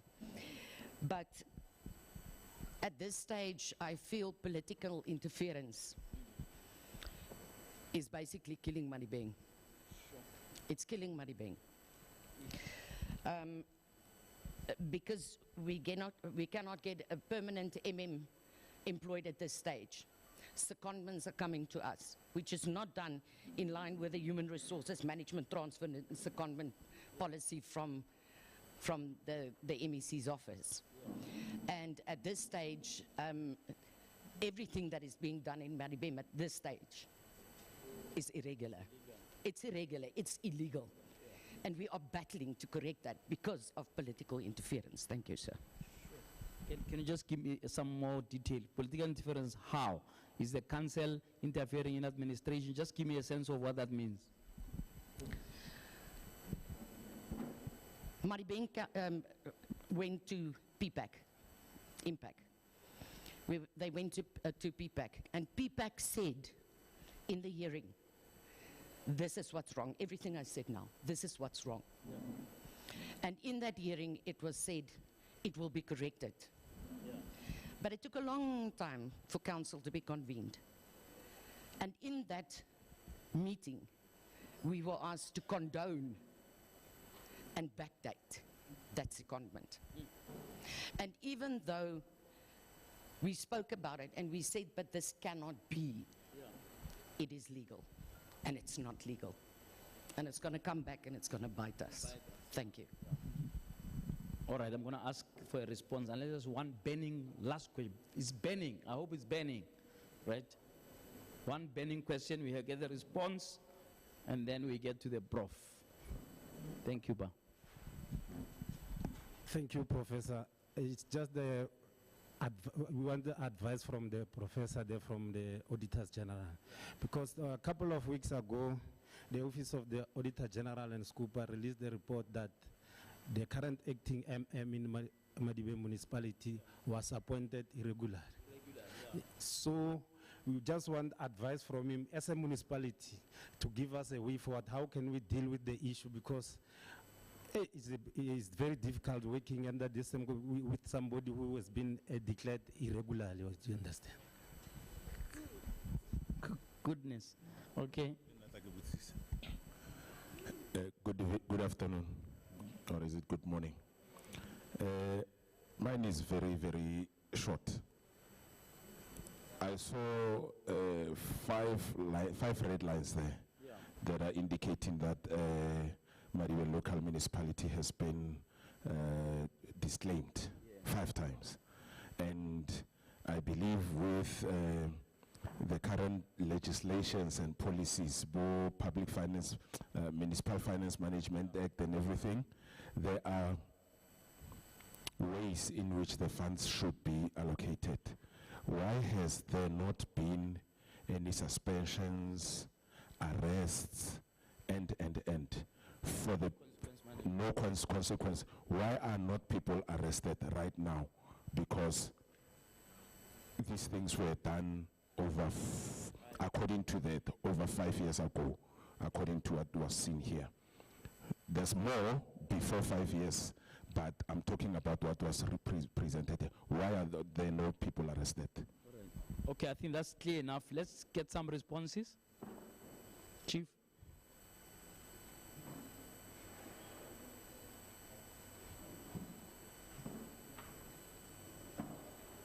Is that microphone working?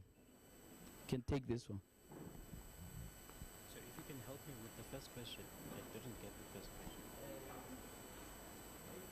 Just start the last one.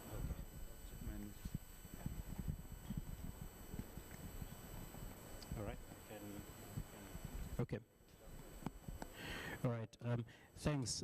I struggled a bit to hear. So where I couldn't, like for example, the first question, maybe you will assist. I think the first and the fourth one. So maybe let me start with the last one. Why no? I think that's the question. Why no suspensions or arrest, given that the picture is what we show? I'll cover this from what we do and what we can do as the Auditor General. So there are 3 things in our toolkit, if I may put it that way, to say we must audit. After we've audited, let's gather the insights from the audit process, direct it to the role players that need and who are supposed to be central at changing the environment within the municipalities of the auditees. That's one. If that fails, the next step is for us to say, identify people within or role players within the accountability ecosystem that I showed, and say, who within the accountability ecosystem do we need to influence? That's the second part that we can use. If those 2 fail, then the third leg, which is the final one, so to speak, from our perspective, which are then our powers given by PAA to say, then we go into the enforcement stage. When you look at Madibeng, we said over the past couple of years, nothing has changed. We've tried insight, we've tried influence, that did not change. And that's why we moved on to the third leg, which is enforcement. What we can do from a PAA point of view, we can raise material irregularities. We've raised one of the material irregularities here, and it's based on the disclaimers that have not changed over a couple of years.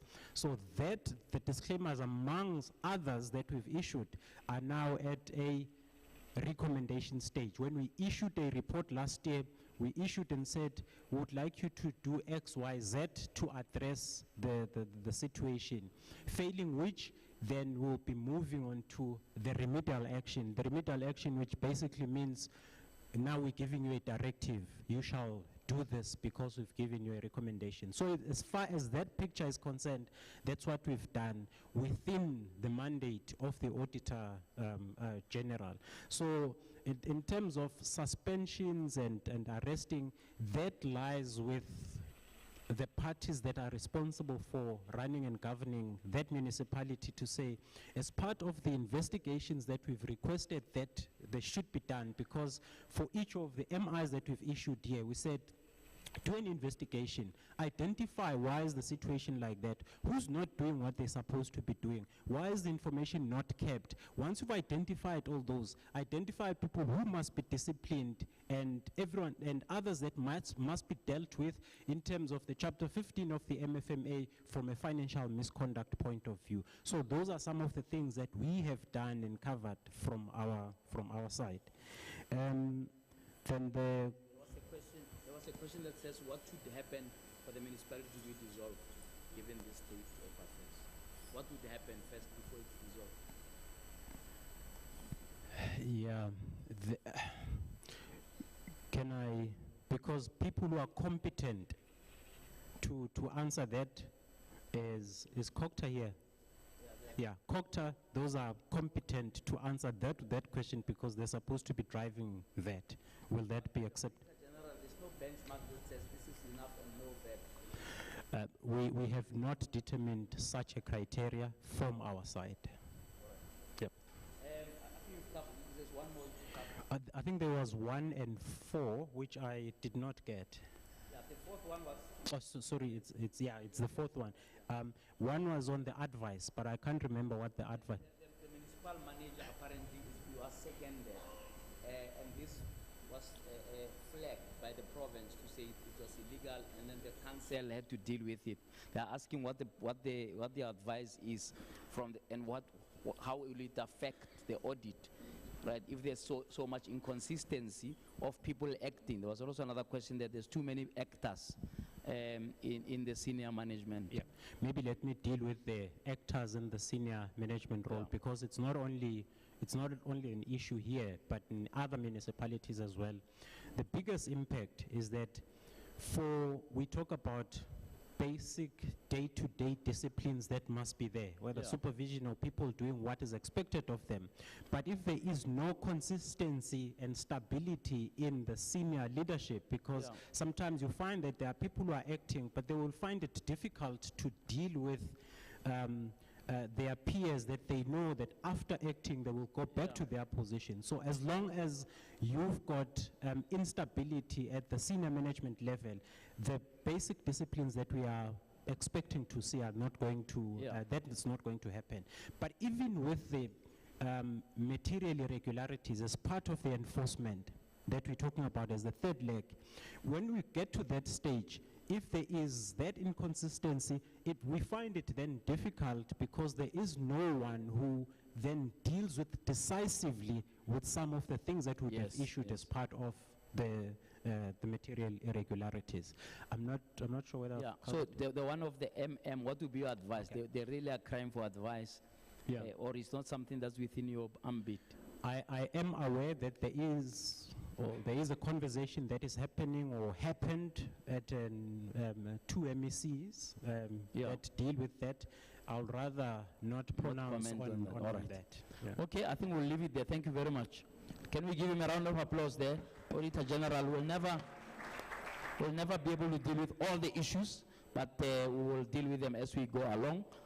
I'm going to give the prof now to tell us specifically in terms of Madibeng, what's been the progress in as far as dealing with issues of integrity.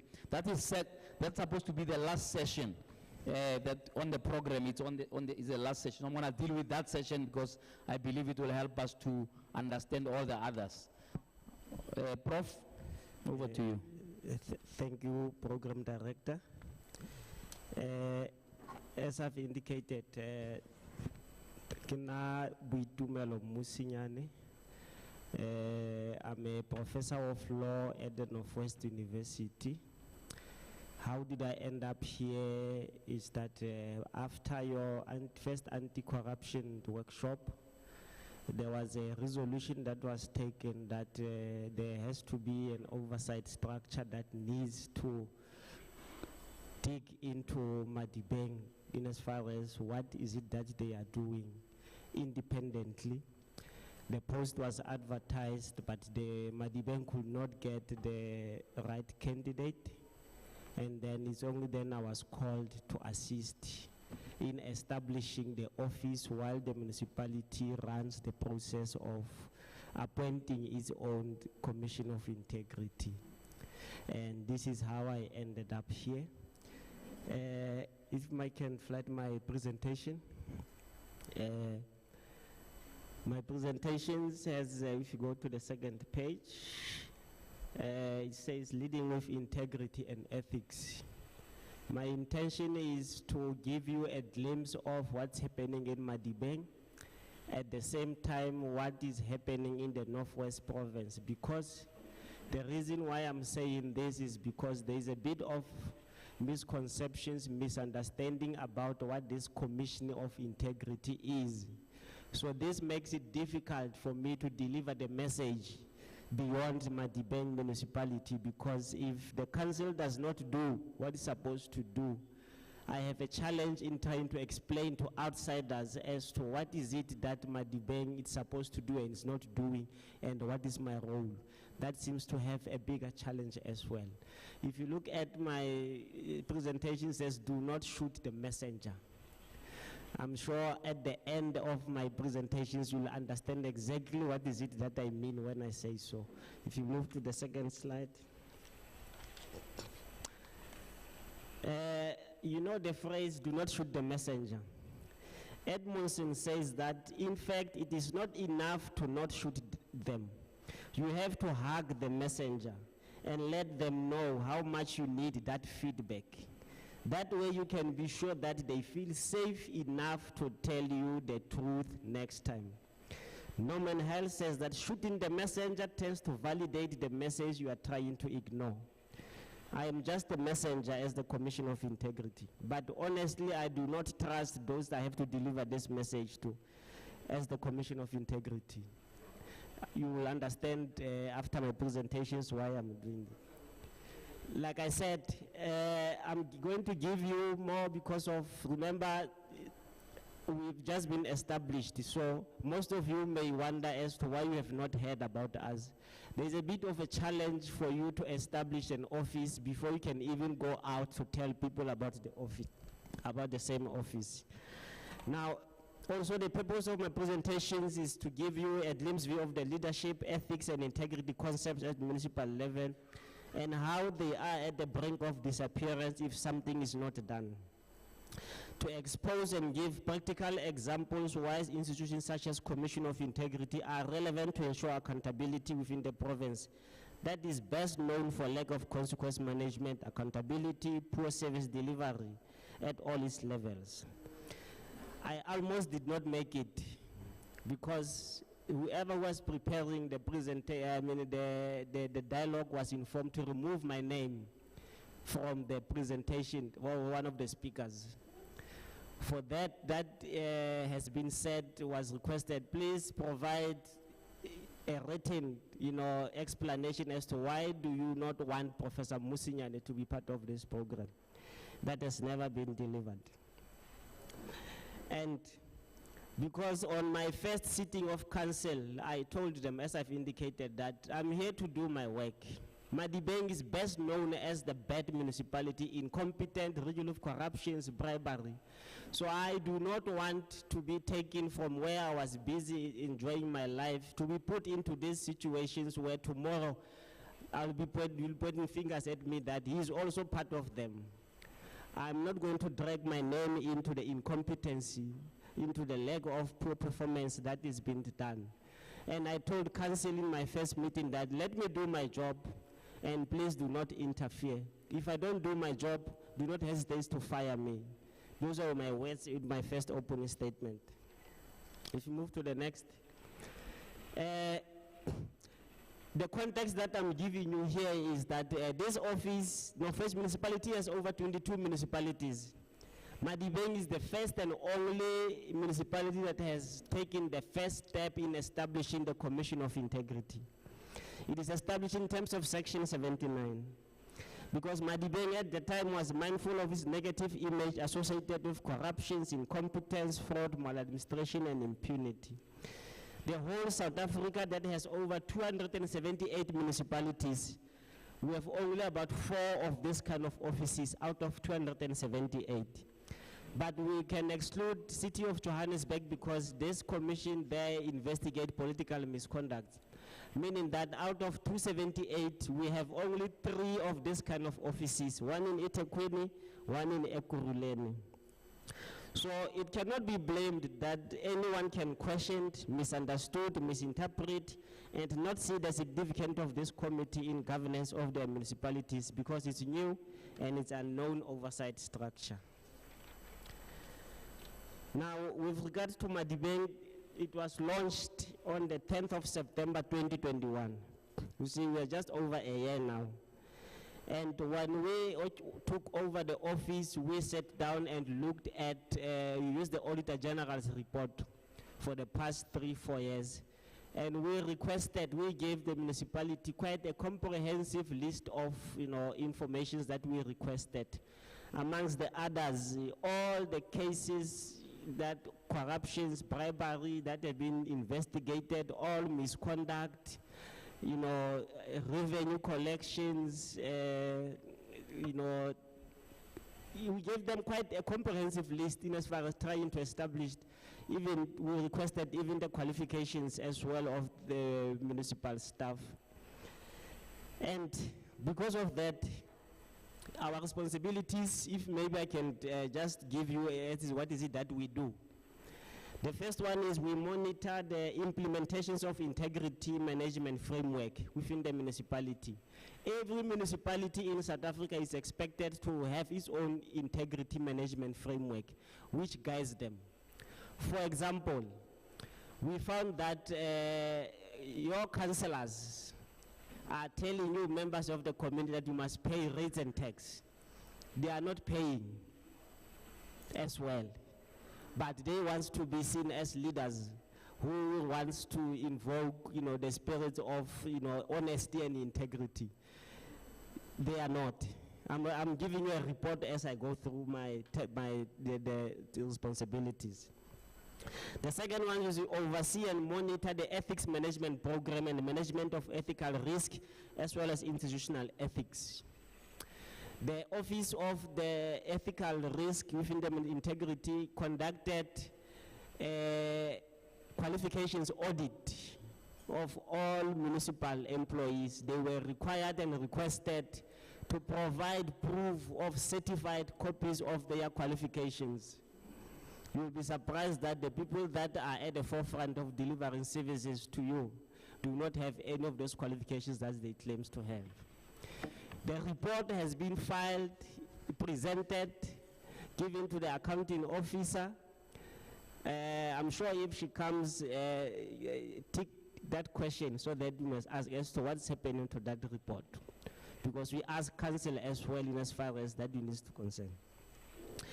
Thirdly, we oversee and monitor investigations of fraud, corruptions, and similar misconduct. We report on cases, outcomes, and or implementations of recommendations of fraud, corruptions, and similar activities. Guess what? When we requested them to give us all the investigations that they have done, we've only received close to not more than 10 for the past 5 years. And we did not just because these are called forensic investigations reports that we endorse. No, we went through each and every one of them. It's quite disappointing, like the AG is saying about the appointment of so-called professional service providers. You find that they are saying the report is a forensic investigations, but when you go through it, it has nothing to do with forensic. When you go through the terms of reference, they are haphazard, they are not clear. When you go to the report itself, it says that the recommendations says that municipality must hold those accountable. The report does not identify so and so who works at supply chain is responsible for failing to do 1, 2, 3. So therefore, we recommend that municipality needs to do. Someone asked the questions about why there are no arrests or no suspensions. After what we've gone through all these investigations, we found that actually one company of all of them was given majority of the work. When you go through one of their reports, you find that the forensic investigator says that I have discussed some of the sensitive issues with the municipal manager, and I did not record them here. And that municipal manager is not here. You start to wonder as to what is it that has been discussed with the municipal manager. Some of those reports will find that the same municipal manager who has appointed these forensic investigators, if you read through the trail of evidence, the municipal manager is implicated as well. But there's no recommendations whatsoever that requires. So we took all of this and then we went to council and tell council that in as much as you want to be seen to be doing something about consequence management, these reports are not ripe for any legal proceedings. You are going to lose all of these cases. And we gave them a detailed analysis as to why and how these reports are ineffective, including the VBS report as well.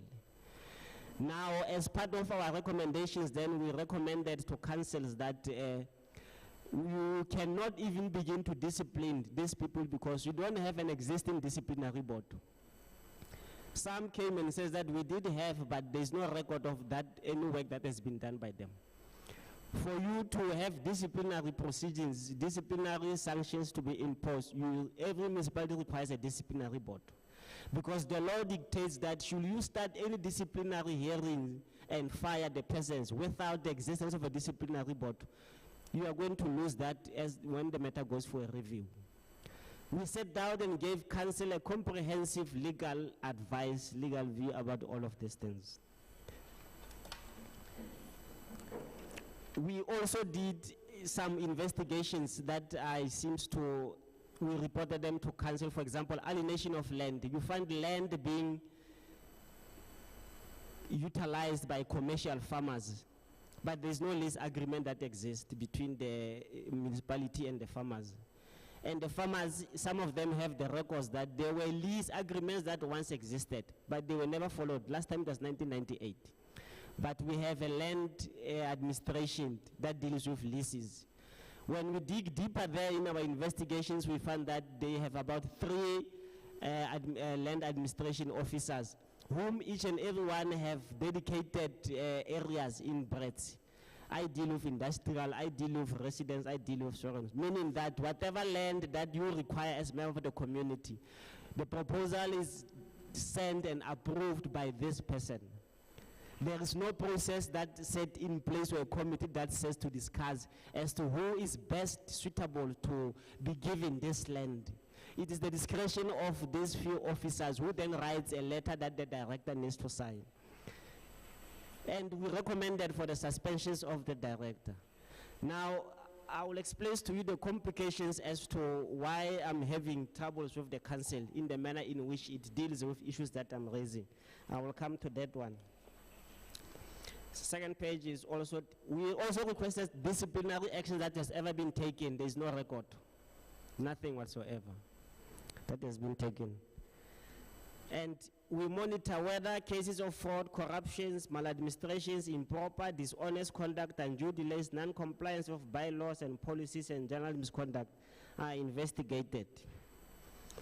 We approve the terms of reference of all investigations. After we've realized that the municipality seems to appoint the professional service providers, but there are no terms of reference, we then we resolve that we need to ensure that every professional service provider related to investigations that are appointed by the municipality, we need to draft, we need to review, and we need to endorse those terms of reference. We did one in particular that they presented their report, and we told them that your report is inadequate. It's not going to help the municipality in any way. Municipality, by the way, paid all this professional consultant already full, but the reports still read as draft reports. So the municipality does not even have the internal capacity to view or to interrogate all these professional reports that are submitted to them. They accept them as they are.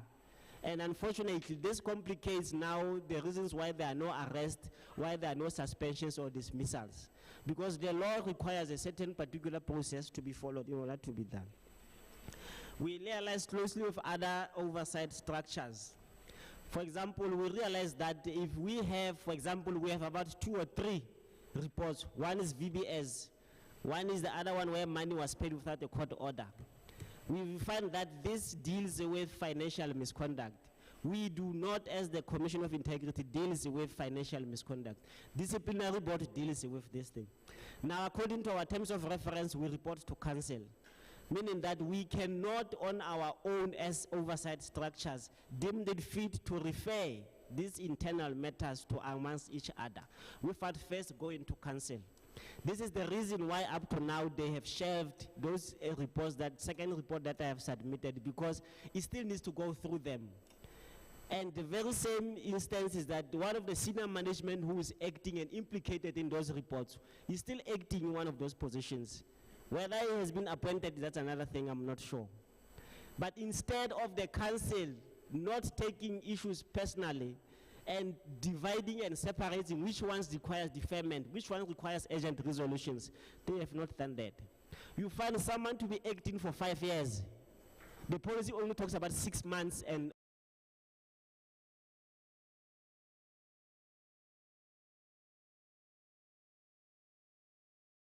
in between. And that is concerns.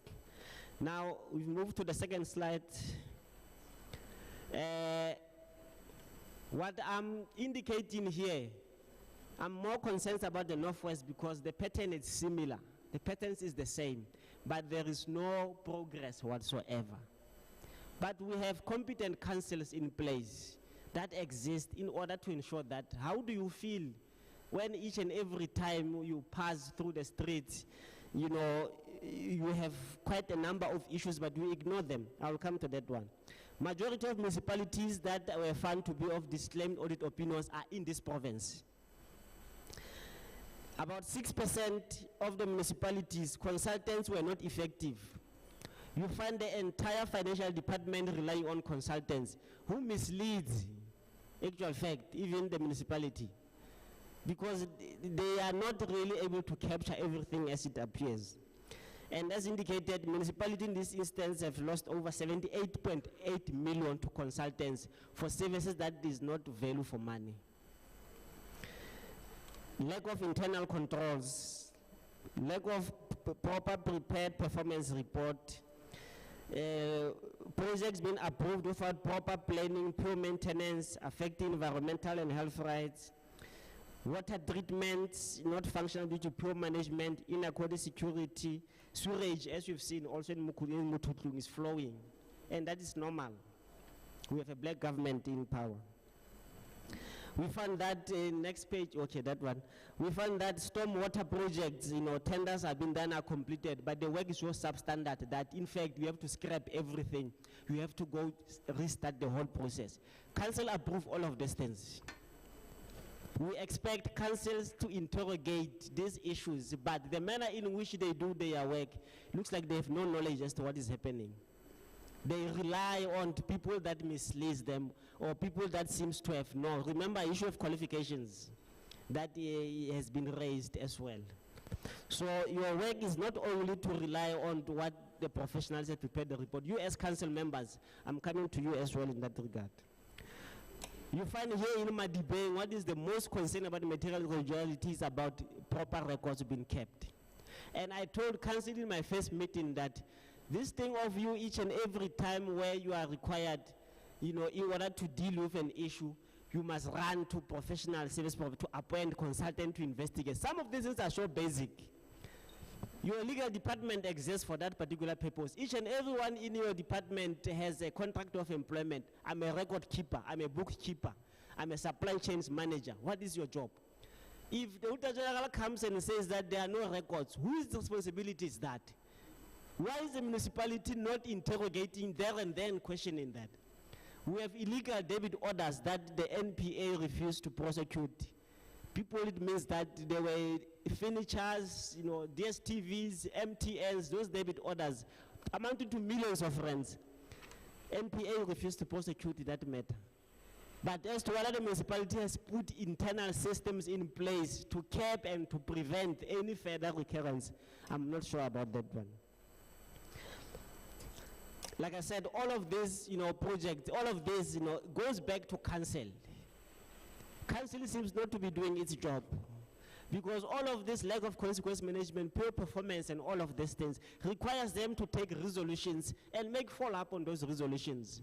It's like they are taken, or the numbers are used not to, take these resolutions and so forth. Next page. These are the most notorious municipalities in the Northwest Province with audit disclaimers for the past 5 years. Madibeng is at the forefront of it. But we have professionals, we have people that wakes up every day to come in that office. We have council members that are representing their constituencies. They stay amongst you. But as to whether these are the issues that they honestly take on to fight upon, I'm not sure. Now, the Auditor General, this is what he finds to be that a leadership instability, political and administrative level.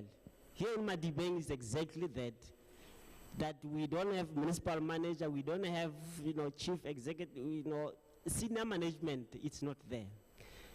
This is an issue that we raised during our first presentations to council to say that how do you ensure that your programs are implemented, there's compliance when today so-and-so is acting, when that person leaves, there's not even a proper handover or something. Someone comes and approves the payment and says that I was not briefed, I was not aware. For each and everyone who has a signature responsibility, you have an utmost duty and responsibility to ensure whatever that you put your signature on is ethical, has integrity, is legal, is lawful, in compliance with the policy. Never ever says you're going to rely on someone else.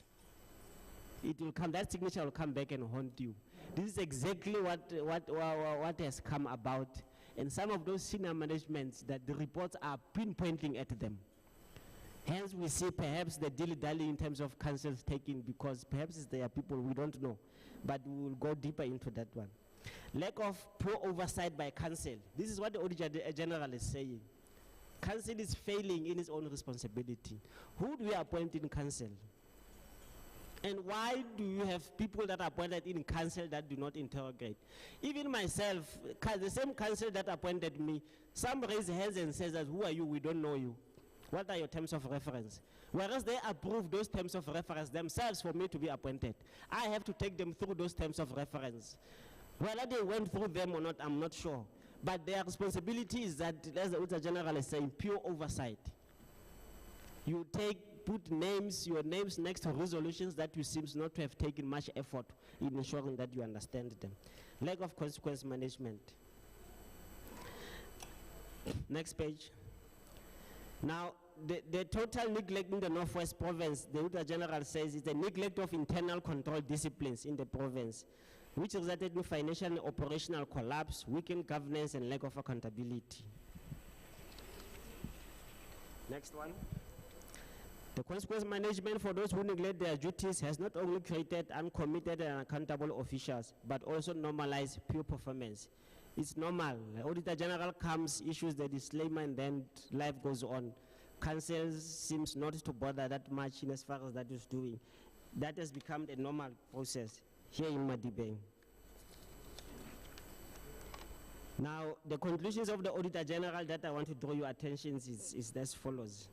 The Northwest Province, the lives and the experience of the citizens of the Northwest Province were negatively affected by the instability in political and administrative leadership, which has a detrimental effect of service delivery.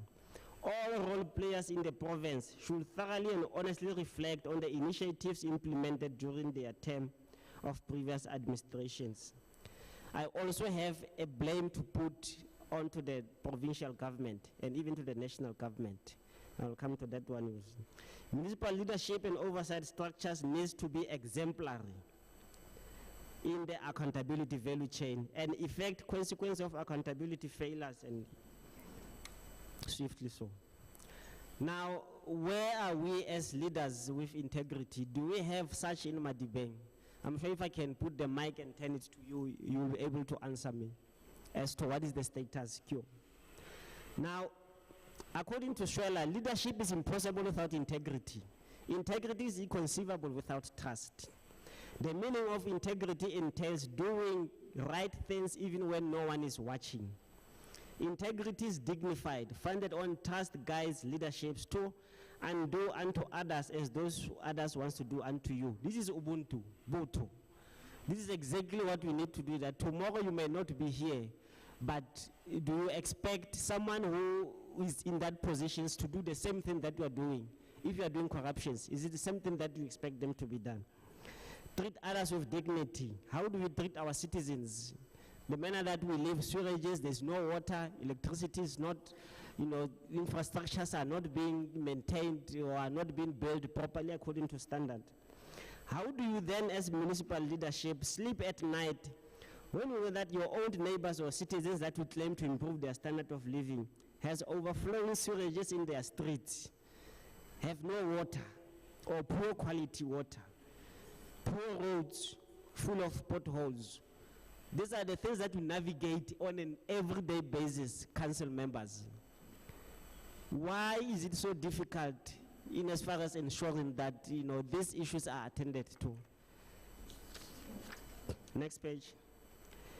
There is absolutely nothing wrong or seen by the leadership to drive through potholes, no electricity, no clean quality running water, and sewage flow into the streets and rivers. As a leader, where are your morals, ethics, and integrity in this unhealthy environment that you have the power to impact positively? Where is your conscience, if I may ask? How do you sleep in the Northwest Province when your municipality in the past 5 years have received the same disclaimed audit opinions, yet you are confident to stand in council and says, by the way, this is what I was told in council when I was presenting my report, that the work of the Commission of Integrity to question and to want answers and to ensure municipality do the right thing, that the work that I'm doing is the work of the accounting officer. I was told in council that what I'm trying to do as my work is the work of the accounting officer. But there's nothing tangible to provide as evidence to the same council about what is it that the accounting officer has done in the past years to address impunity, corruptions, lack of consequence management. My work as a Commissioner of Integrity is not an easy one. And my role is to see Madibeng Municipality turning the tide and I do not want to be associated with its failed state, bad image of corruptions, incompetence, and impunity. I told them to fire me if I don't do my work. Next page. Now, the African Leadership Council's Mombasa declarations defines good leaders globally as to people that guide governments of nation states to perform effectively for their citizens.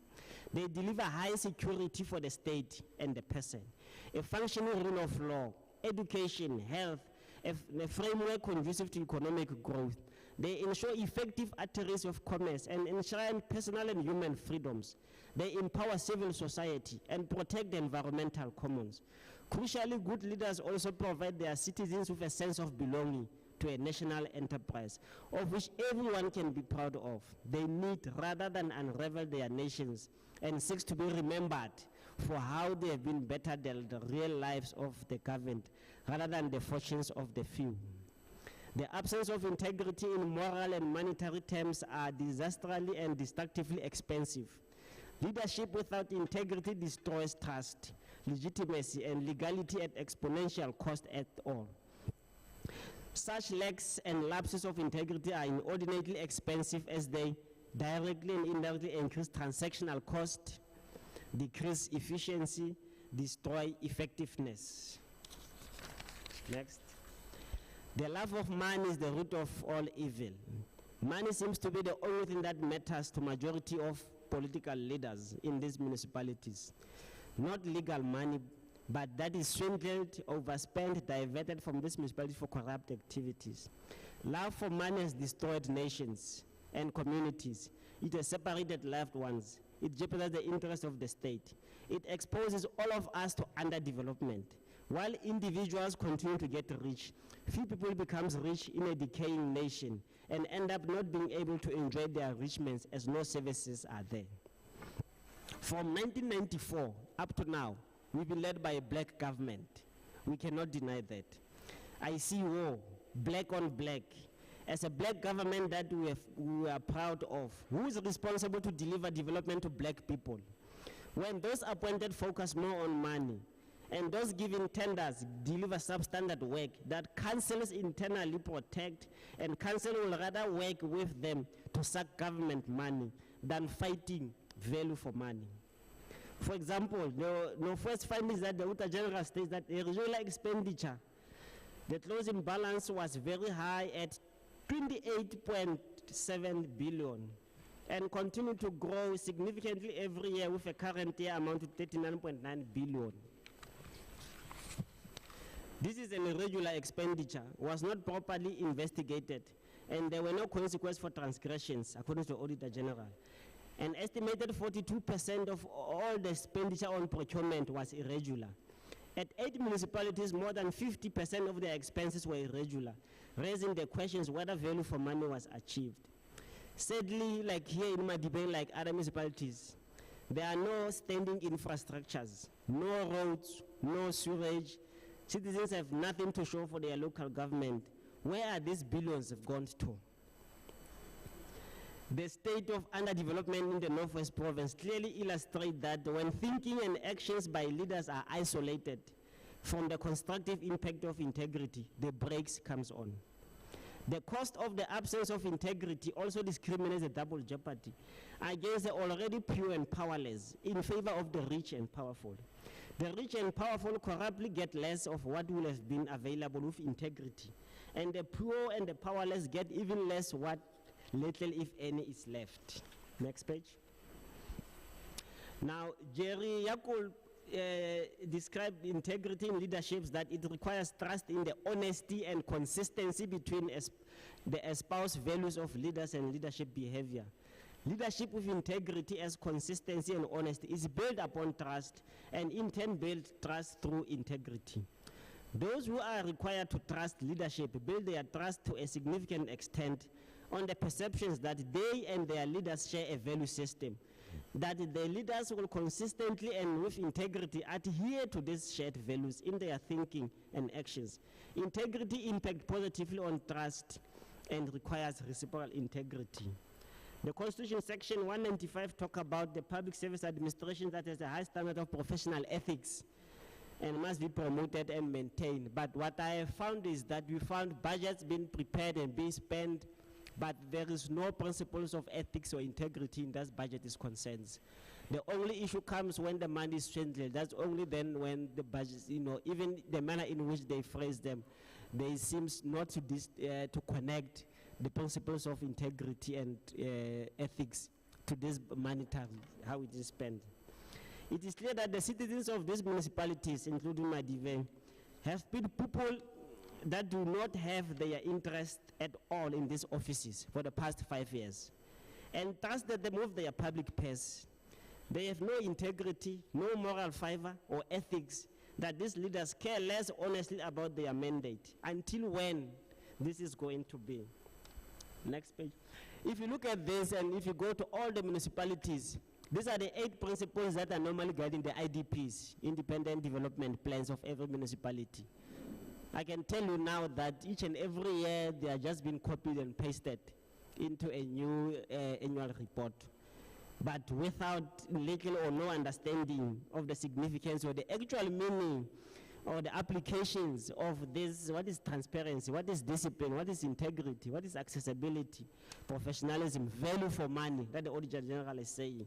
They have absolutely no understanding what this is, but it's in their report. From my experience now as an outsider, as a Commissioner of Integrity, trying to assist Madibeng Municipality to restore, instill the culture of ethics and integrity and accountability, I've been met with a lot of hostility, delays, my role being questions, and diverting attentions from the substance. Instead of looking at the submitted reports, like I submitted reports to councils to make resolutions to say that your land is being occupied and being exploited at a profit and you are not benefiting in any way. That you have municipal staff that have bought land that belongs to the municipality, they are in your municipality. We have cases that your departments, the lease exists, but the budget, there's no relation as to whether those beneficial lessees are paying or not. You need to take resolutions of that. There's a director who is acting for the past 5 years. You are going to have a difficulty defending the legitimate expectations that the policy is saying, because policy only allows for over a year. Instead of them sitting down and says that, okay, based on what you've submitted, can we then as council choose and decide which matters requires urgent attentions? Like the VBS matter, we have the file ready. We cannot just informally give it to, the disciplinary board. We have the monies that were paid without a court order. We have done our preliminary investigations. We want to refer the file to the disciplinary board. None of those issues council stood up and says that let's take resolutions for these matters to be dealt with accordingly. What they did was that we defer your report, then we will come back to you at a later stage. I'm still waiting for them. Instead of now, I've realized that political leadership lacks basic knowledge of ethics, integrity, and the law in general. I'm talking from experience now. I'm not attacking anyone here without the substance. I'm talking to council members that have no understanding of the law, rules, and policies that governs their office. In law, there is a rule that says ignorance of the law is not an excuse. That means no one in leadership can claim not to know the law as a defense for not being held to account. The industry, which is the local government, they want to lead as leaders, compels them to know the law. Unfortunately, they are not. This is an example of a reported case law that if perhaps you are also doing something and you are going to use ignorance of the law as an excuse, just know that you need to change. You need to learn the law that is applicable to you. This is what was held in this case, if I read it for you. State versus De Bloom.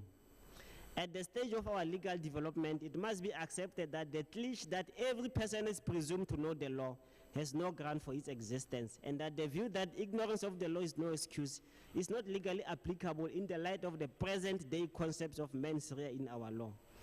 But the approach that can be expected of a person who in the modern state, wherein many facets of the act and omissions of the legal subjects are controlled by the legal provisions, involve himself in a particular sphere, that he should keep himself informed of the legal provisions which are applicable to that particular sphere, can be approved.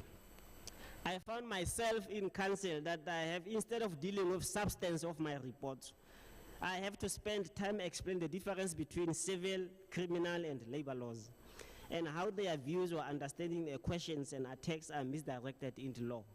I'll make a particular example. I advise council that they are not going to win the case if they go with this kind of forensic report. But I have questions in council that says that, but why then, if you says that you are not going to win, why is the SAPS proceeding with that case? Because you are not doing your work. Legally understanding that labor law, civil law is different from criminal law. Our mandate is quite limited, but criminal law can even go into a private personal account. We have here also an issue about the whistleblower about the alienation of land. We called the whistleblower to come in confidence to give us this fact. Unfortunately, he rejected. Someone has been suspended because of that. We called the landowner, the illegal land occupier, whom we interview, and he says that he has never paid a cent to the municipality or even to the same alleged by the municipal staff. On the basis of that, because it's on a balance of probability, there is no evidence whatsoever that links. The only people that can be able to go beyond what we have gone is SAPS in terms of criminal procedure, applying for that. I don't think municipality will want to spend money investigating a staff member who is only implicated in bribing, the amount. We don't even know the amount as well. We even advise the municipality as well to take resolutions to ensure that all those farms, because apparently all of them are occupied, we advise them as to the position as to what is it that they need to take for those that have no lease, for those that have lease agreements. That's how it is. Now, if you move to the next, okay, now it cannot be ignored that as we sit here today, municipal government in South Africa has fallen, as it fails to provide basic services to the people, failed to govern, to maintain governance structures, has no financial viability. There are no monitoring plans in place that even if today you can appoint a contractor to fix or restore or to maintain sewage, as it is, there is a problem as to whether municipality has the capacity to test and determine as to that constructions that the contractor is delivering to the municipality is of an adequate standard in terms of engineering laws or rules or not. That's a challenge for that. People have to fight, protest for more basic services to be provided. In instances where you hear that an MEC is coming or from national government, I mean, they are not even hiding it at the municipal level. You see that streets are being repaired, robots, potholes are being patched, sewage is being, all these things, just to ensure that whoever comes from national does not see any of those things. Are we normal in the sense of the word, if I may put it in that way? To say that we only need to put a window dressing, when only national leaders are only coming, but on a daily basis, you are even yourself subjected to the same kind of pollution. You dodge those potholes on a daily basis. Those robots are not working on a daily basis. We have normalized poor performance, as the Auditor General is saying. But we have people driving German cars, wearing expensive suits, drinking bottled water, moving out of the municipal offices, working.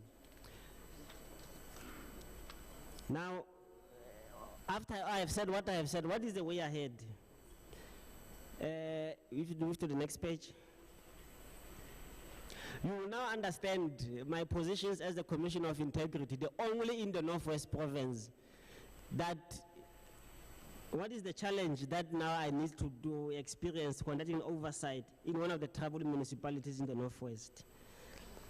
I've been thrown into the dungeon, if I put it in that way. And it is expected of me to do magic without any form of support coming in to hold municipal councils accountable.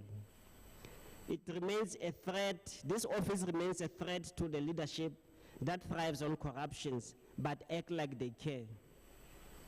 If the provincial and national governments for the year that I spent in office are serious about implementing the anti-corruption strategies, and they are also taking into heed what the Auditor General is saying about strengthening the oversight structures, they need to ensure that the visible commitment to support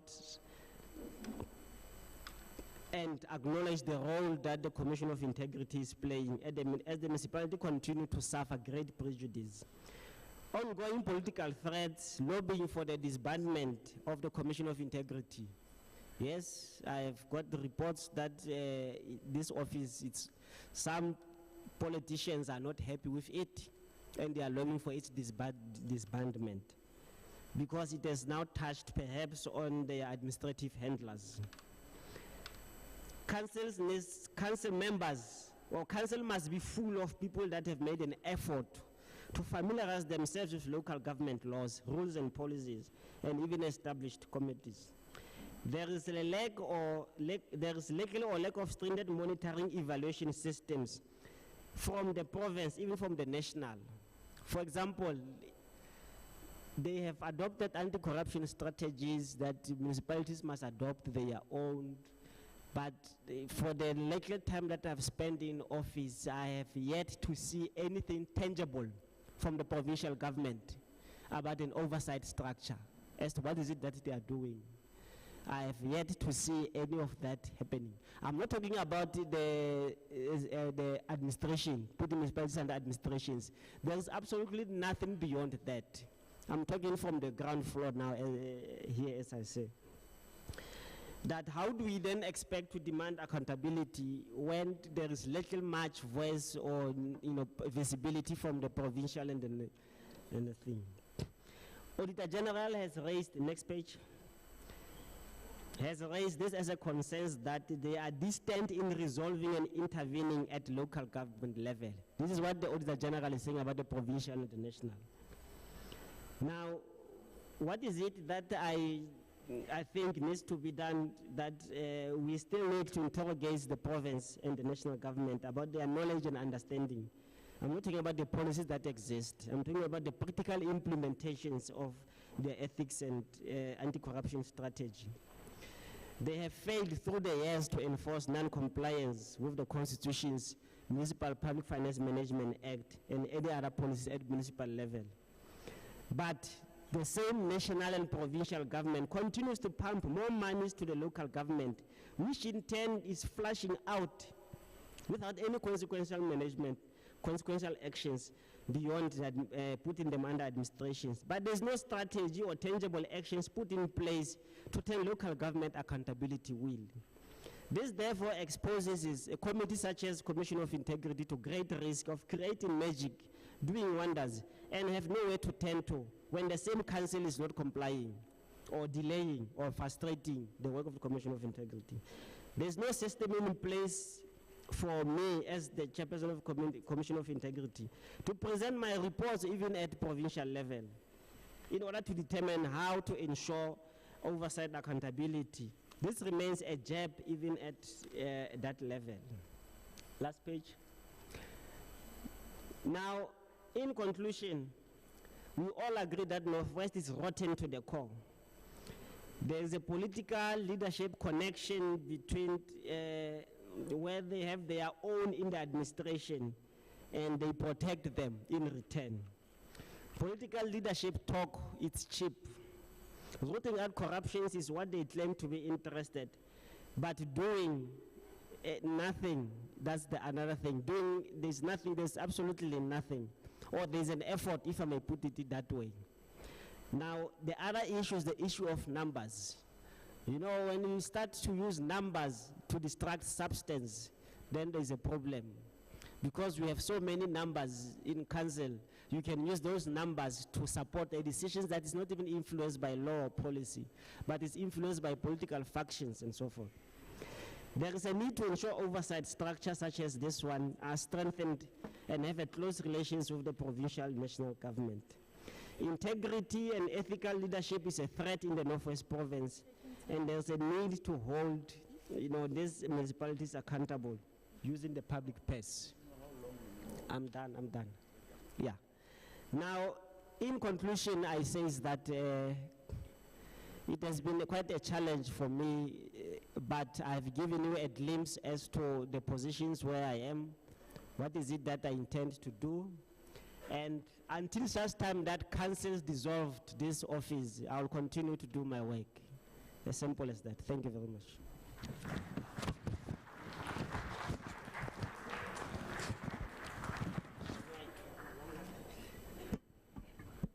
Sorry, this other lady,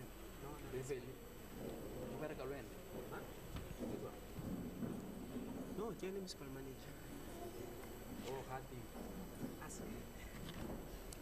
Can I ask the Ms. Beverly?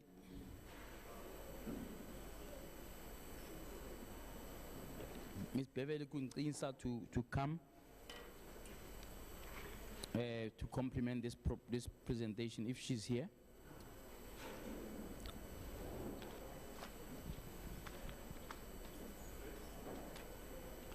She's not. All right, let's take some questions. We're going to take a break at some point. I just want to take the questions first, and then we can take a quick break, comfort break, for you to go to smoke or to go to the bathroom. And then we come and try and complete on way forward. Questions to the Prof? Any questions to the Prof?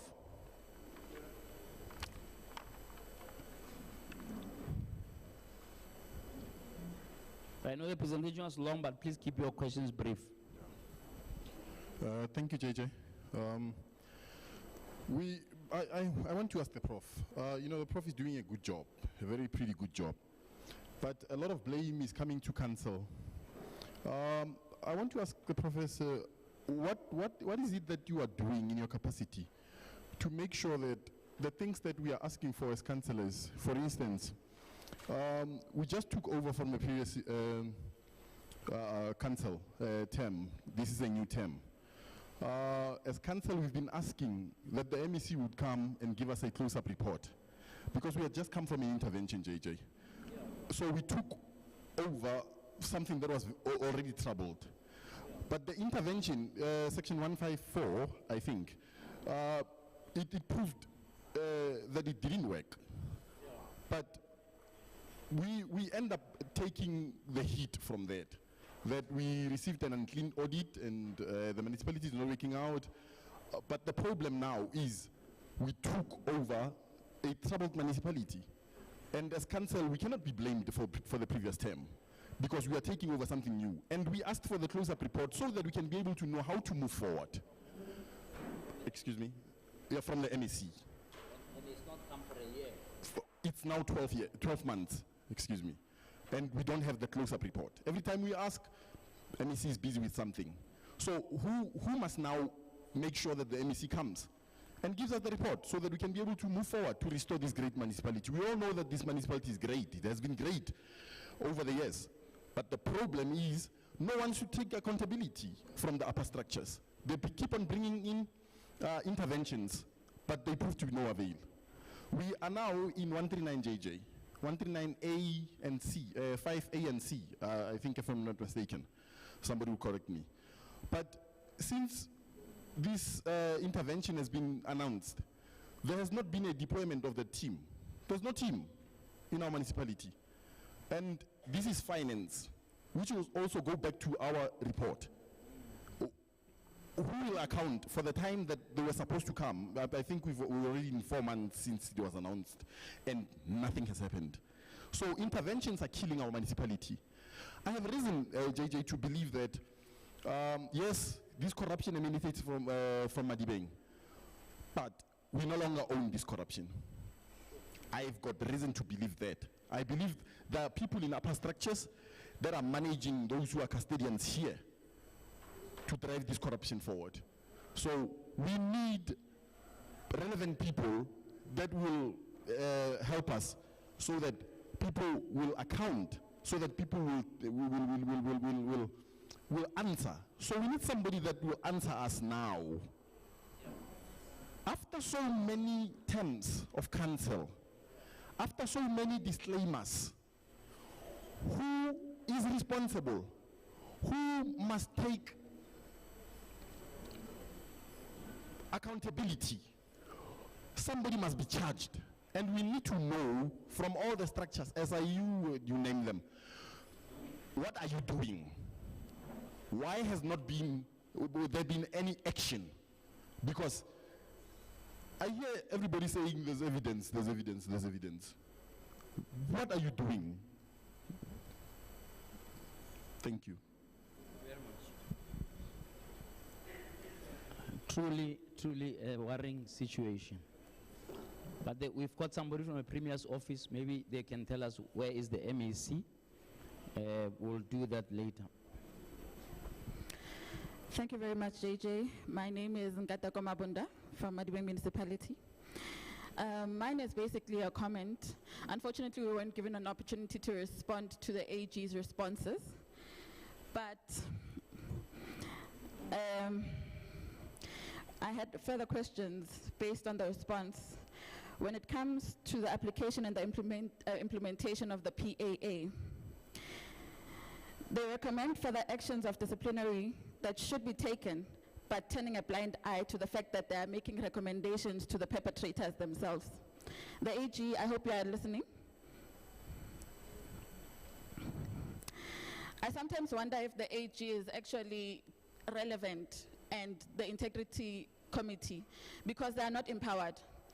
How are you empowered when you just give us a report and you don't turn over your report to the Hawks or the SAPS?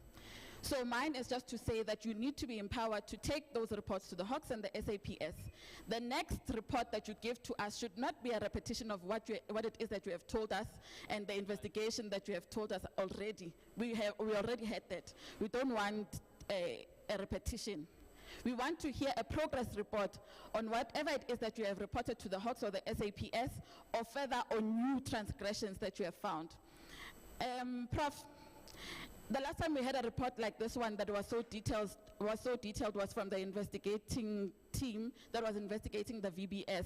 So I hope they are paying you as much as they paid those investigators. I hope you had that. In closing, you made mention of the fact that we clean up the streets and we close the potholes only when we are expecting the MEC.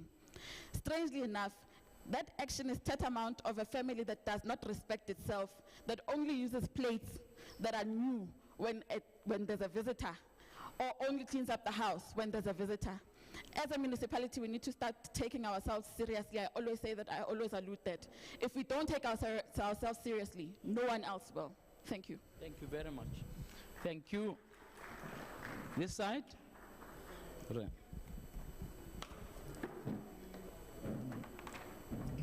Thank you. I heard somebody say we should take responsibility. We should take responsibility as council. We're not successors in title. We can't always say we are successors in title. We have to do the right thing. It's our responsibility. Thank you for the presentation that we just heard. And it really saddens me that that report was tabled to council and it was handed back within 5 minutes. We had to write our names on it so that they can make sure that that report doesn't stay with us because it's confidential. And we were supposed to get that report back in a session to peruse, still not done. And time is going by. Time is going by and it's not happening. Thank you, sir. Sure. Any other comment, question this side on the Prof's report? I don't want to say the wheels are coming off, but I'm worried. You must be worried, Prof. My comment is on the Section 79 reports, Prof. Now, I have a feeling that the executive is overreaching, because as and when they feel like removing reports of Section 79 committees on the agenda of council, they do that willy-nilly. And Section 79 report must be explained. They are not reports of the executive. They are not committees of the executive. They are committees of council. You don't play with their report. In essence, you must come to a point where you must not see it until it arrives in council, because it's not your report. That's where there is political influence on reports of Section 79. Now, it's not the first time I hear what Prof said in terms of overreach, because it's bad. Salga must just come at one stage. Maybe Kokta must also come at one stage and give a proper details of what Section 79 are supposed to be doing. Now, we are missing out on these reports because there's interference even before council, when they should not even be seen before council. Not by the speaker, not by the EM, not by the MN. They must come straight to the council. But the MPECs are empowered to use the hawks and any other person that they can use. We must check whether the Integrity Committee is also empowered to do that. What is the purpose of having a committee that compiles a report and then becomes helpless? We give you a report, what you do with that, it's up to you. Then we use numbers to say this report must not see the day of light. We suppress it in council. Maybe we should look at whether... What's the reason for suppressing? Not, it was referred to the next meeting, something like that. It was deferred to the next council meeting. It never came. It was indefinite, it never came. So that's why I'm saying we need to look at what powers can they be given. I mean, Salga is here, Lay Kokta. They must explain it to us. But the other thing that I'm worried about, it looks like this exercise is a tick of a box exercise. This meeting? All this meeting and the previous one, because nothing happened. The MM was here sitting there. Left. Now, why must we be here? Because the accounting officer left immediately when the professor is ascend the stage. Now, it gives us doubts on the committee itself. She left the meeting or she's just outside? I think I don't know where she went, but she left. I didn't follow her to see if she's going to a car. But she left. She was sitting there. She was sitting there. Yeah. She did, when the prof ascended the stage, she left with the bag and the package. So it didn't look like somebody coming back. So that's what I'm saying. If the senior official of the municipality does not take this gathering serious, why must we? Because ultimately they are deciding whether this must go on, what must happen and what must not happen. So we are ticking a box and wasting money. I'm sorry, Speaker, not from your office. It's not wasting money from your office. But in terms of the integrity of this gathering, the MM should be here so that we continue. Thanks. All right. Okay, what's important is that you are here, right? And it will be a pity if we wasted money, right? So we need to be here and take resolutions. But one of the problems of gatherings that are open-ended is that you live without any resolutions. When you live without assessing what has happened since the last one. So whether a person lives or not, you must do your job, both as citizens and as councillors and so on, and then have an outcome from here. Okay. Some more comments before I give you a break. I think you need to take a break.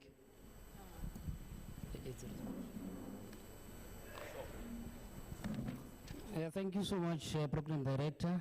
I'm Ranel Lucio, firstly from Provincial Treasury.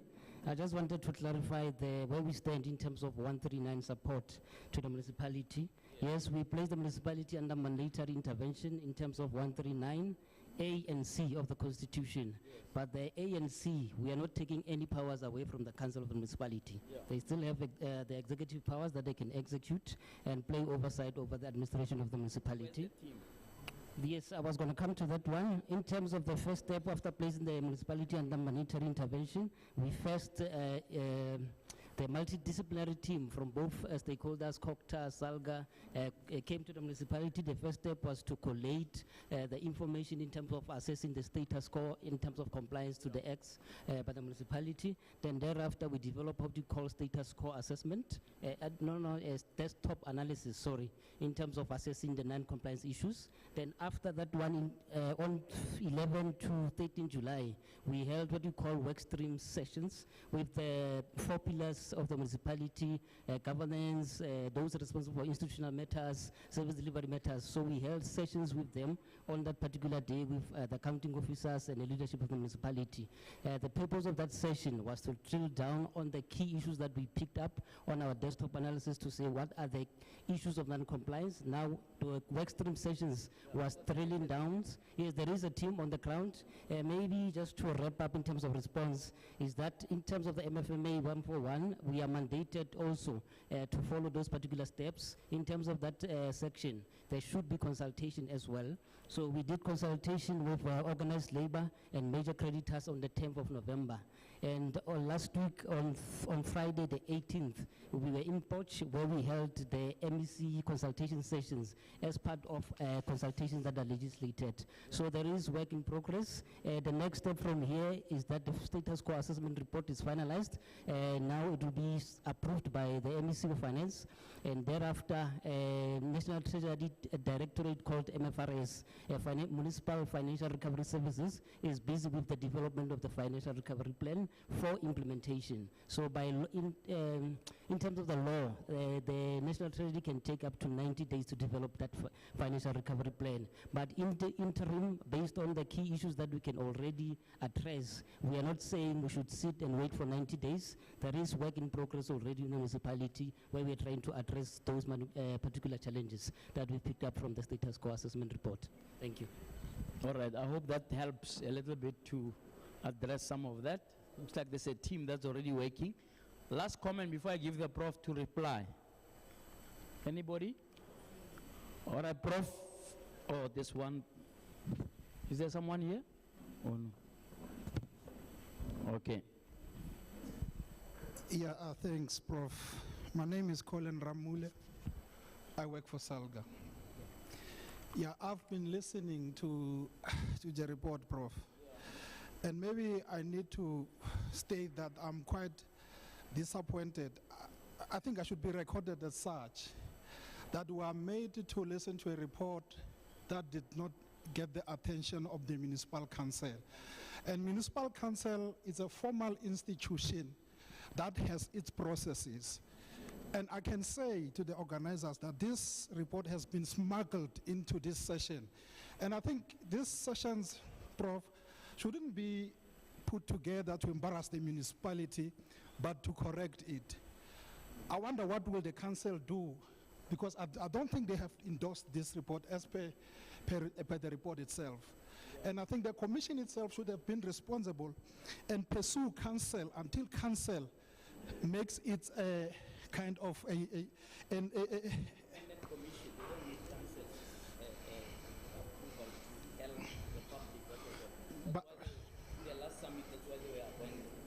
yeah, but what I'm saying, Prof, is that this is a very serious matter that I think should have received maybe some kind of input from the council itself. Yeah, that is what worries me now. And what must the public do? What must the public do? The council that the report is tabled, they don't discuss it for weeks on end. Must the Prof not report to the summit that appointed you last time? Yeah, you see, Prof, what I'm saying, the public was supposed to get something that it actually comes from the council that they have voted for. They should have had actually engagement with Prof himself about this matter. I think that is my sentiment. Thank you very much. Okay, thank you very much. You are part of the presenter. You're going to present just now. All right, you can pick it up again there when you present. Right. Speaker.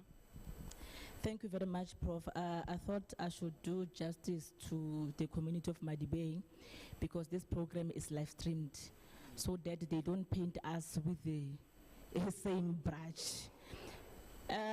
Prof, I want to align myself with the latter speaker, my honorable councillor there, Councillor Kumo, that you see council constitute 82 people.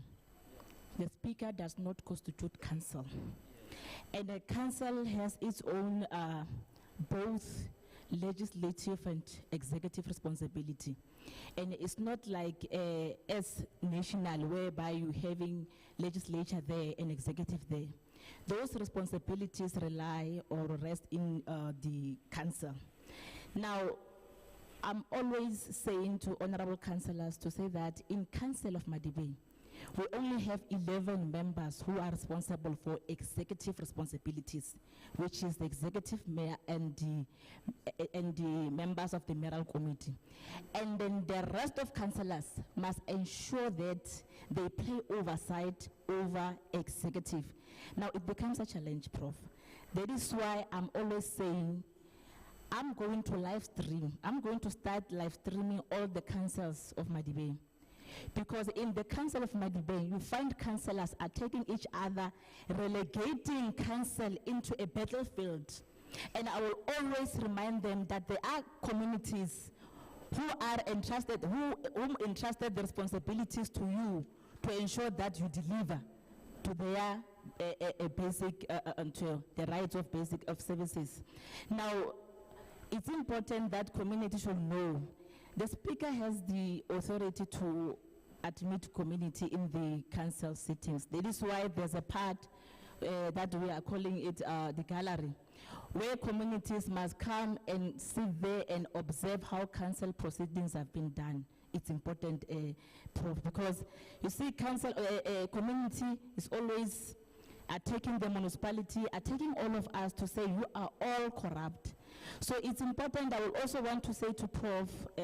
Musima, if you remember the first dialogue, one of the resolutions was to establish the integrity committee. That is why he is here and he has done a lot of work, and we appreciate Prof. Now, he needs our support. There was, yes, a council whereby members of the executive stood up in council and questioned the importance of that committee.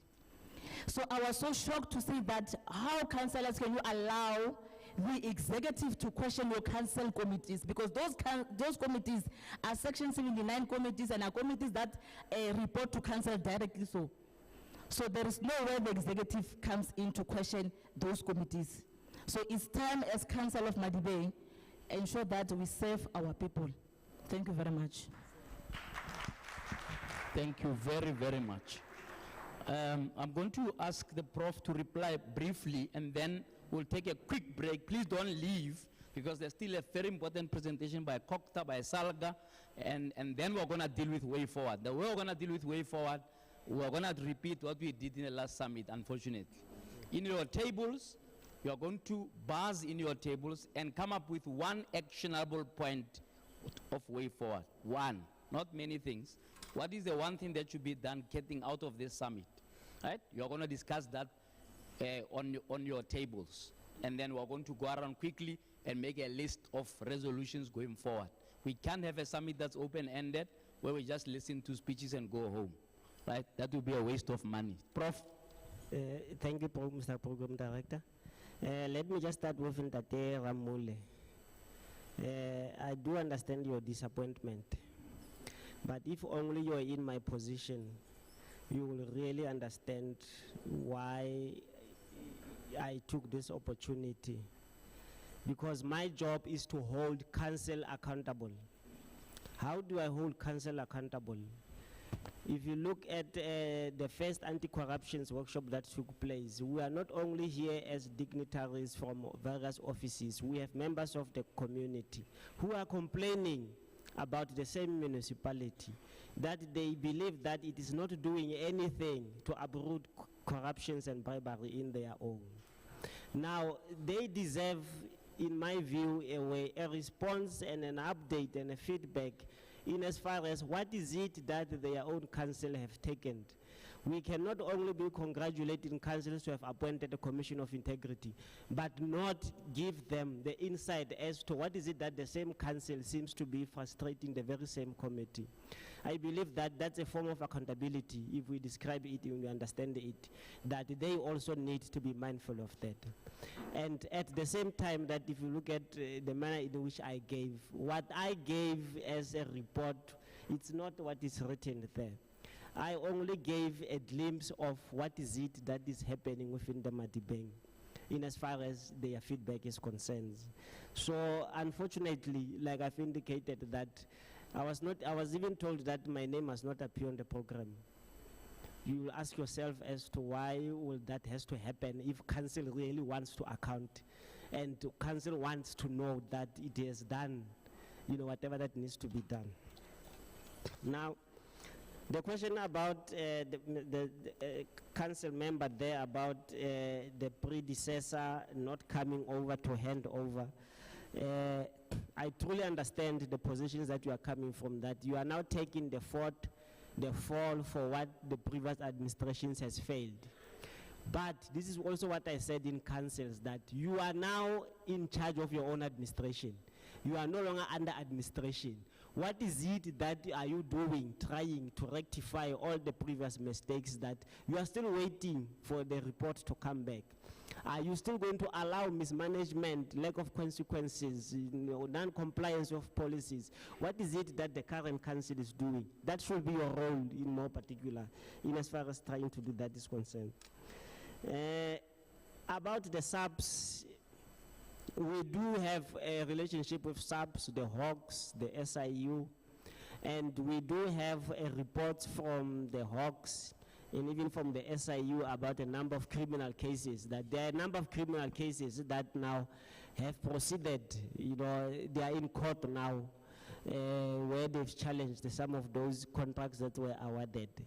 This is now as a result of us now, because there was no proper communications or coordinations between these stakeholders, where they will inform an acting person. When the person leaves, they no longer know who in the municipality needs to be. So there are quite a number of criminal cases that was emanating. Even the VBS itself is at the National Office of the Hawks. There are other cases that are as well that have reported. So there are a number of cases. Some have been finalized as well. They've been found guilty. One is an attorney that they have to pay back the money. There's an ongoing criminal case. So there's quite at least a number of in them that one is concerned. I'm not sure if it was the comment about taking our job seriously.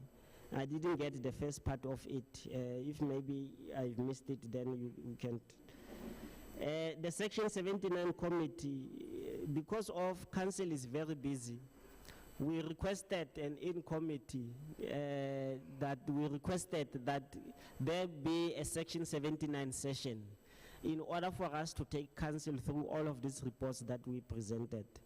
And unfortunately, that seems not to be, I'm not sure if the resolution as it stands, because we now had to request in committees each and every time when council is sitting. And I don't think we do justice enough by presenting our comprehensive reports during the normal sitting of council. The provincial treasury, the interventions that they are doing, I'm not the only one who's raising an issue of appropriate intervention. National Auditor General is also doing the same. I'm sure you'll understand the positions in which we are talking about.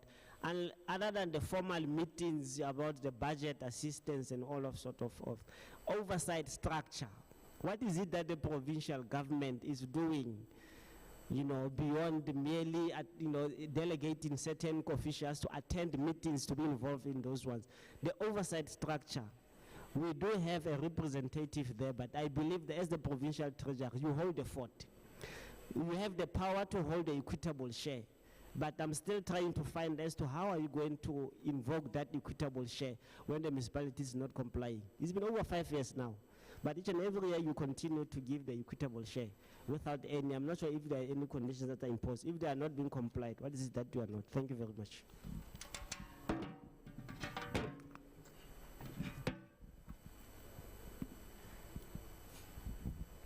Okay, I'm going to give us a break, 5 minutes. Let's make it 10. 10 minutes, body break, smoke break, whatever, and we come back to round off the summit. 10 minutes, please.